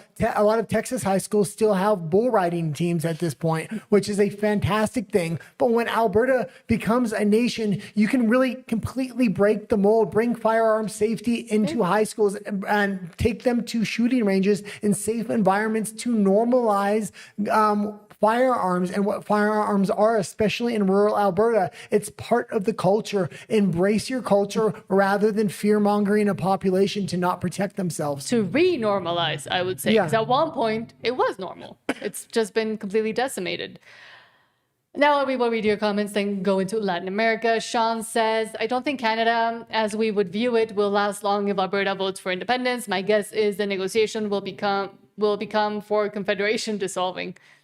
Yeah, it's going to be one province leaving after another. The provinces that can stand on their own feet, like Alberta, like Saskatchewan. I would say BC, but it's culturally gone and it's too ideologically captured. But Saskatchewan and Alberta will be able to stand on their own economically so they can become their own nations. The rest of Canada is probably going to end up becoming the 51st state, and not willingly. Mm-hmm. And Cole says, plenty of backwards thinking people move to the southern USA for a better cost of living or job opportunities and not necessarily ideological reasons. Alberta could be in a similar situation soon. Hopefully not. Yeah, and that's why hopefully I keep saying, be very careful who you let in. Yeah, we got to both fight now and after. We got to fight the good fight now, and we got to game plan now. People that are willing to move to Alberta before the Alberta independence vote to support it are very ideologically aligned people, and it's easy for them to immigrate now, and they're already thinking about it because Canadians are leaving in mass to the United States. So you want these people now to help the Alberta independence vote. You don't want them coming in after, because it's going to be very hard to figure out who's who when the Alberta economy is booming and all these liberals are wanting to flee a sinking ship like rats so they can destroy your country like they destroyed Canada. Yeah. Sean says, it's clearly a Somali flag, but I gotta say, Minnesota's old flag sucked aesthetically. It wasn't the prettiest, but... I do hope Alberta does keep its flag when it becomes its own independent nation. I know there might be a lot of negative connotations to Britain and stuff like that, but it really shows the heritage and it tells a story of where you came from. Or take elements, maybe. No, I would keep it. But then you have the memory of Canada when you were a province. Yeah, but it's good to tell that story and ingrain it in people's memories so you don't have that happen again. Yeah, I guess. Cole says, oh, the troglodyte said his point, but better. Your point was well stated. Cole also says, did you know every state that doesn't have voter ID votes blue? The problem is obvious and logical as well. But to me, as a Mexican, it is still insane. And I say this every time voter ID comes up, that in the States, it's such a big issue and it's such a shocking thing when all over the world, from Somalia to Mexico to almost every single other country has voter IDs. Here in Mexico, we have a specific voter ID. It's not just a regular ID. It's just for voting. And then you also have to use it for a bunch of other different things. Well, one good thing that came out on that Keith Wilson interview yesterday is there is no voting machines in Alberta. Everything is going to be hand counted with this vote, which is absolutely fantastic. They need Stay Free Alberta members to be poll watchers. Period. I think he was unsure on how the poll watching was going to happen. They need members from Stay Free Alberta as well as a government member. Have one from each side at every single. There's enough people there that are willing to be poll watchers.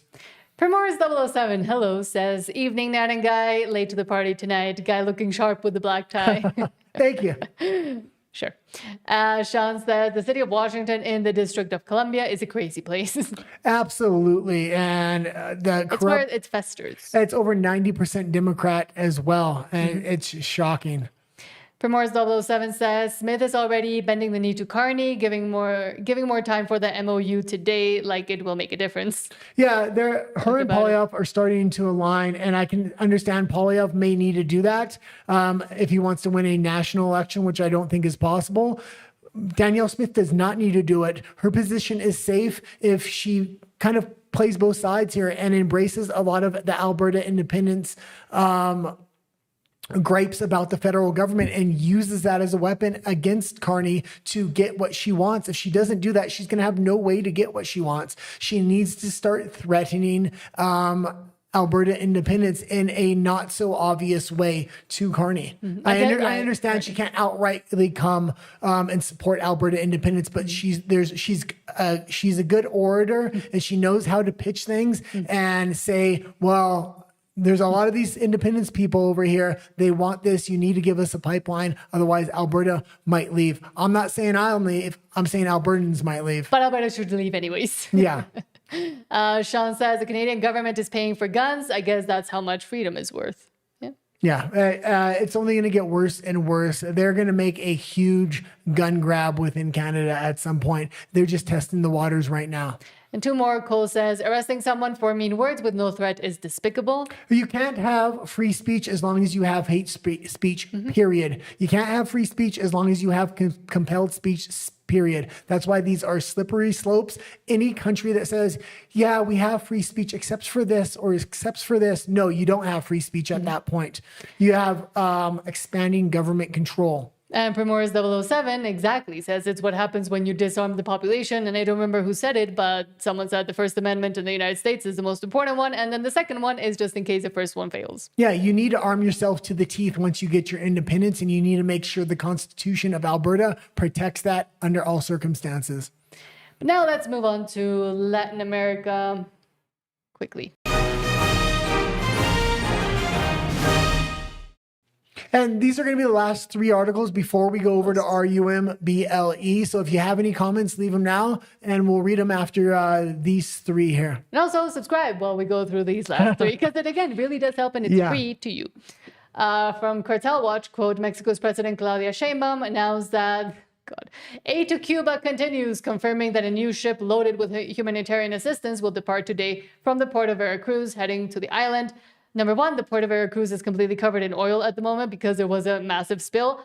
But also, it's already been proven that a lot of this aid that Mexico is sending is being sold in government-owned stores, and it's not being treated as aid once it arrives at Cuba. Well, again, she's not going to be doing this without the United States approving this behind the scenes. They're kind of distracted right now in Iran. I'm sure they want to focus on Cuba more, but they don't want the country absolutely falling apart and into chaos. So they want some humanitarian aid to go over there where they hold it together. They already have the power shut off. They don't want to starve the people out. So I think they want to have a controlled transition. There's already supposed negotiations finally going on between the administration of Cuba and the U.S. administration, as well as they're now letting the FBI into the country. Yep. So I think that's part of the reason why Mexico is being allowed to send food aid. They'd already warned them. The U.S. had already warned Mexico not to send oil, at least, and they kind of did stop. But we also didn't talk about, you didn't bring it up, the retards, the retard convoy that went to you talked about it Cuba. on your Spanish I talked show. about it yesterday in Spanish because I was enraged, is putting it very lightly. Pablo Iglesias. Just Iglesias give or a Islas? brief overview. Yeah, so if you, it's long. So a bunch of I'll do it because you go. A bunch of far left American activists went over to Cuba. Not just American, European. You can sound. A bunch of activists went to Cuba to kind of try to help, but they were all framing it as we're coming to bring humanitarian aid, but in support, full support, essentially, with the communist regime of Cuba. When they arrived, they essentially just went there on a vacation to party. They took tour buses and filmed the misery of the people on the streets. They were okay. You're going too much. Like you do this a lot, where you can't be concise with your things. Okay, you be concise. Especially when you talk about it on your Spanish show and you know too much about it. You go too much in depth. Okay. Far left activists, primarily from the U.S., went over to Cuba to, number one, give food aid and to promote communism within a country that is literally rejecting it and starving at the moment. They used a lot of auxiliary power, which turned off even more power in other parts of the city, and people have reportedly died from it because they were on life support and other things. Okay. And two of these activists, one was Hassan Piker, which we've spoken about before, the dog abuser, and another one from Mexico. But, okay, fine. From Brian Well, you emptied the room with that. Sorry. From Right Angle News Network, quote, Indians and Africans attempting to enter El Salvador are now shocked to learn that the country is imposing a $1,300 airport improvement fee before granting them entry, with one Indian man so mad he is telling fellow Indians not to travel there. I think that's the idea. And this is how you do it if you don't want people from certain countries or certain regions coming into your country. This is a policy. It obviously worked here, and Indians are already promoting it to other Indians rather than like in Canada. We played on the last video where Indians are literally making how-to videos on how to scam the Canadian government and inviting more people in. This is how to not come to El Salvador, made by an Indian. If you are an Indian citizen, do not travel to El Salvador. I just tried to check into my flight with Avianca to El Salvador, and apparently El Salvador charges a fee of $1,300 just for Indian citizens just to transfer through the country. I think it's because of all the illegal immigration that's been going on through El Salvador from India, but still, $1,300 for regular travelers is just insane.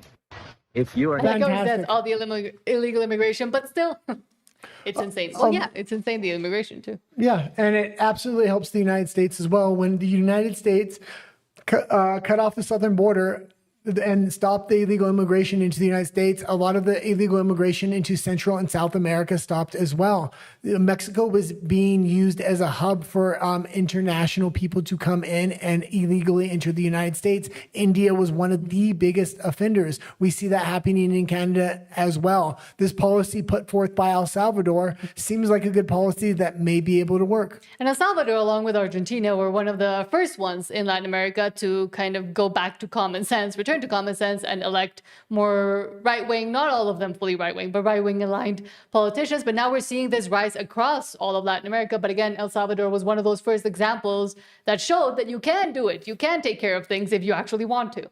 Salvadorian Pride says, just a few years ago, the only tourists in El Salvador were surfers in beach towns. Going to downtown San Salvador at night, unthinkable even for locals. And it used to be one of the most dangerous countries and cities in the world. But now,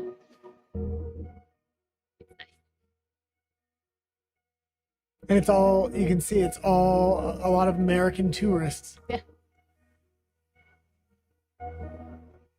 However, and it really reinvented itself when it not only comes to tourism, but when it comes to relocation, specifically of Americans and Canadians. They're making a big buy for people to open their business down there in order to get rid of, and they've gotten rid of all taxes. However, I will be fair to bring a little bit of insider information from someone from El Salvador, a subscriber of mine in my Spanish channel called Walker, who has demystified a little bit the whole Bukele thing and how Salvadorians that even voted for him are actually feeling. Yes, they're happy with the security issues, but there's still a lot of issues within El Salvador, some positive, some negative. However, with a lot of the immigration that's happening from Canada and the US, the prices have gone up and the government has decided not to do much about it. So there are gripes within Salvadorian people, but most of them are still happy that the crime has almost completely gone away. You're always going to have problems. Yes. And if you're going to have gripes between massive crime cartels running the country or prices going up because American and Canadian tourists are coming in,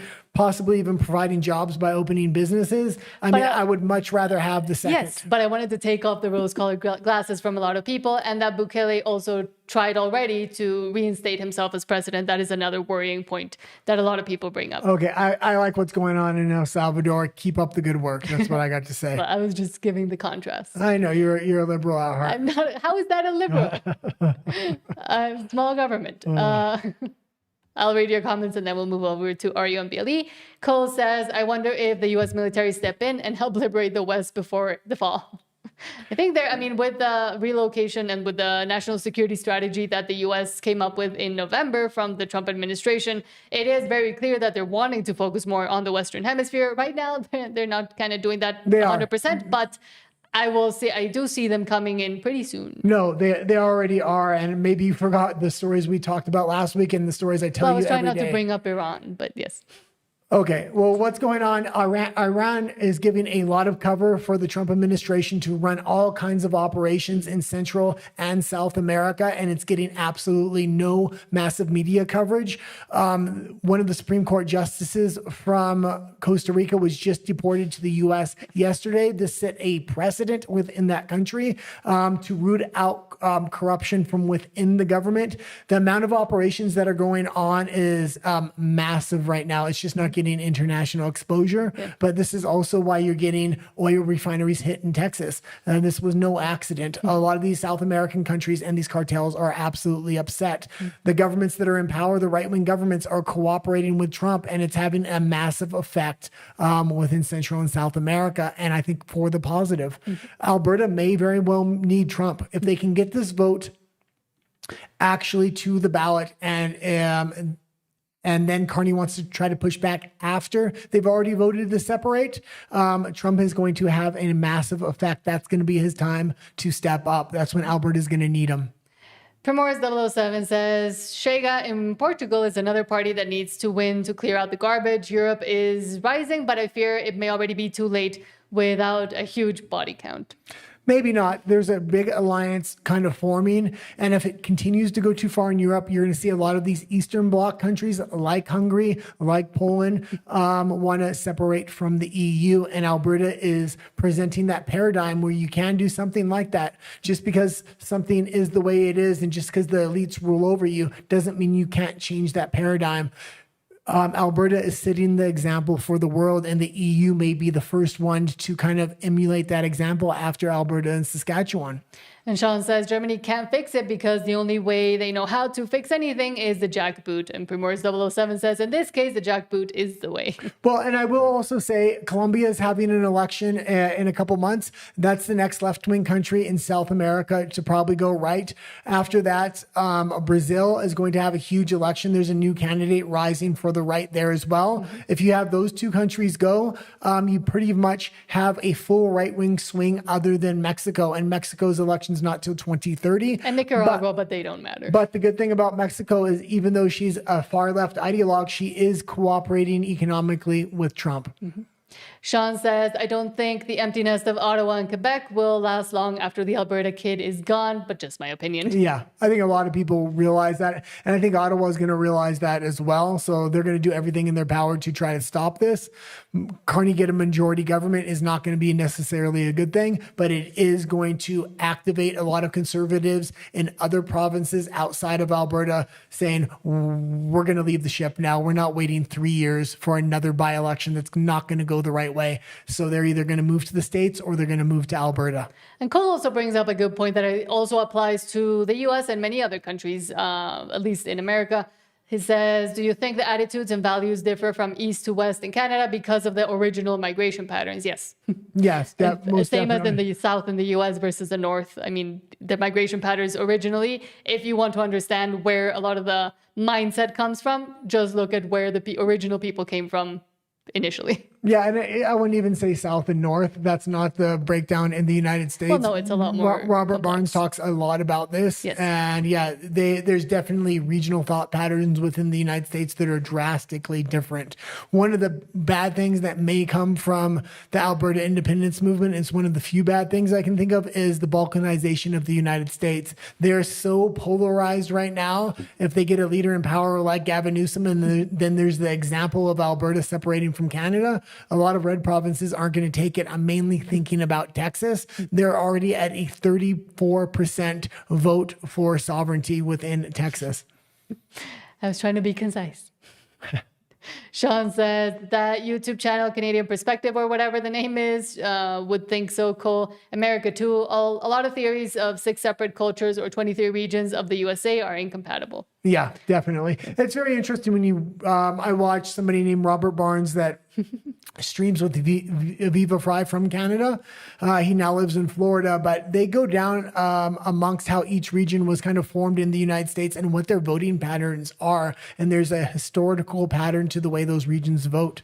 And also, if you watch a channel, we used to watch it a lot, called What If Alt Hist. Sometimes he goes a little bit out there, but he has very good breakdowns, not just of America, but Canada, Mexico, etc., of migration patterns and thought patterns as well. Yeah. If you're interested. Ghost of a Chance says the East is still living under the Upper Canada, Lower Canada mindset. The West is a colony and the resources are owned by the Laurentian elite. Yeah, they're not going to give you anything. It's time to take off the gloves. Alberta independence is going to have to break them. And they're going to have to break them with this vote and say, we're leaving. And when they say, try to not recognize the vote, they're going to have to go to Donald Trump and say, we need you to recognize us. Keith Wilson was talking about this last night. What happens if Alberta doesn't, or if Canada doesn't recognize the vote or tries to not negotiate? At that point, Alberta just has to declare its independence, but it needs somebody to recognize them, a big power, a big player like the United States. And if the United States tells the rest of the Shield of America, recognize Alberta, you're going to have a lot of people recognizing you. It's impossible for Canada to not let you go at that point. Jason Whitty, hello, says Madam Smith is very much these ingredients, independence in a very mild manner, and then continues or finishes. It's very much threatening Carney the Clown with independence in a very subtle way. Best politician Alberta, Canada, and the world has ever seen. I don't know about that. She needs to threaten him more, especially with him not making these deadlines on these pipelines. Yeah. And she is slowly coming closer and closer to align with Carney for the good of Canada. Poilievre has really slid over. She hasn't slid over as much. I think she's trying to test the waters to see how this Alberta independence vote's going to go. That's why it's important to send a message and have a high percentage vote for independence.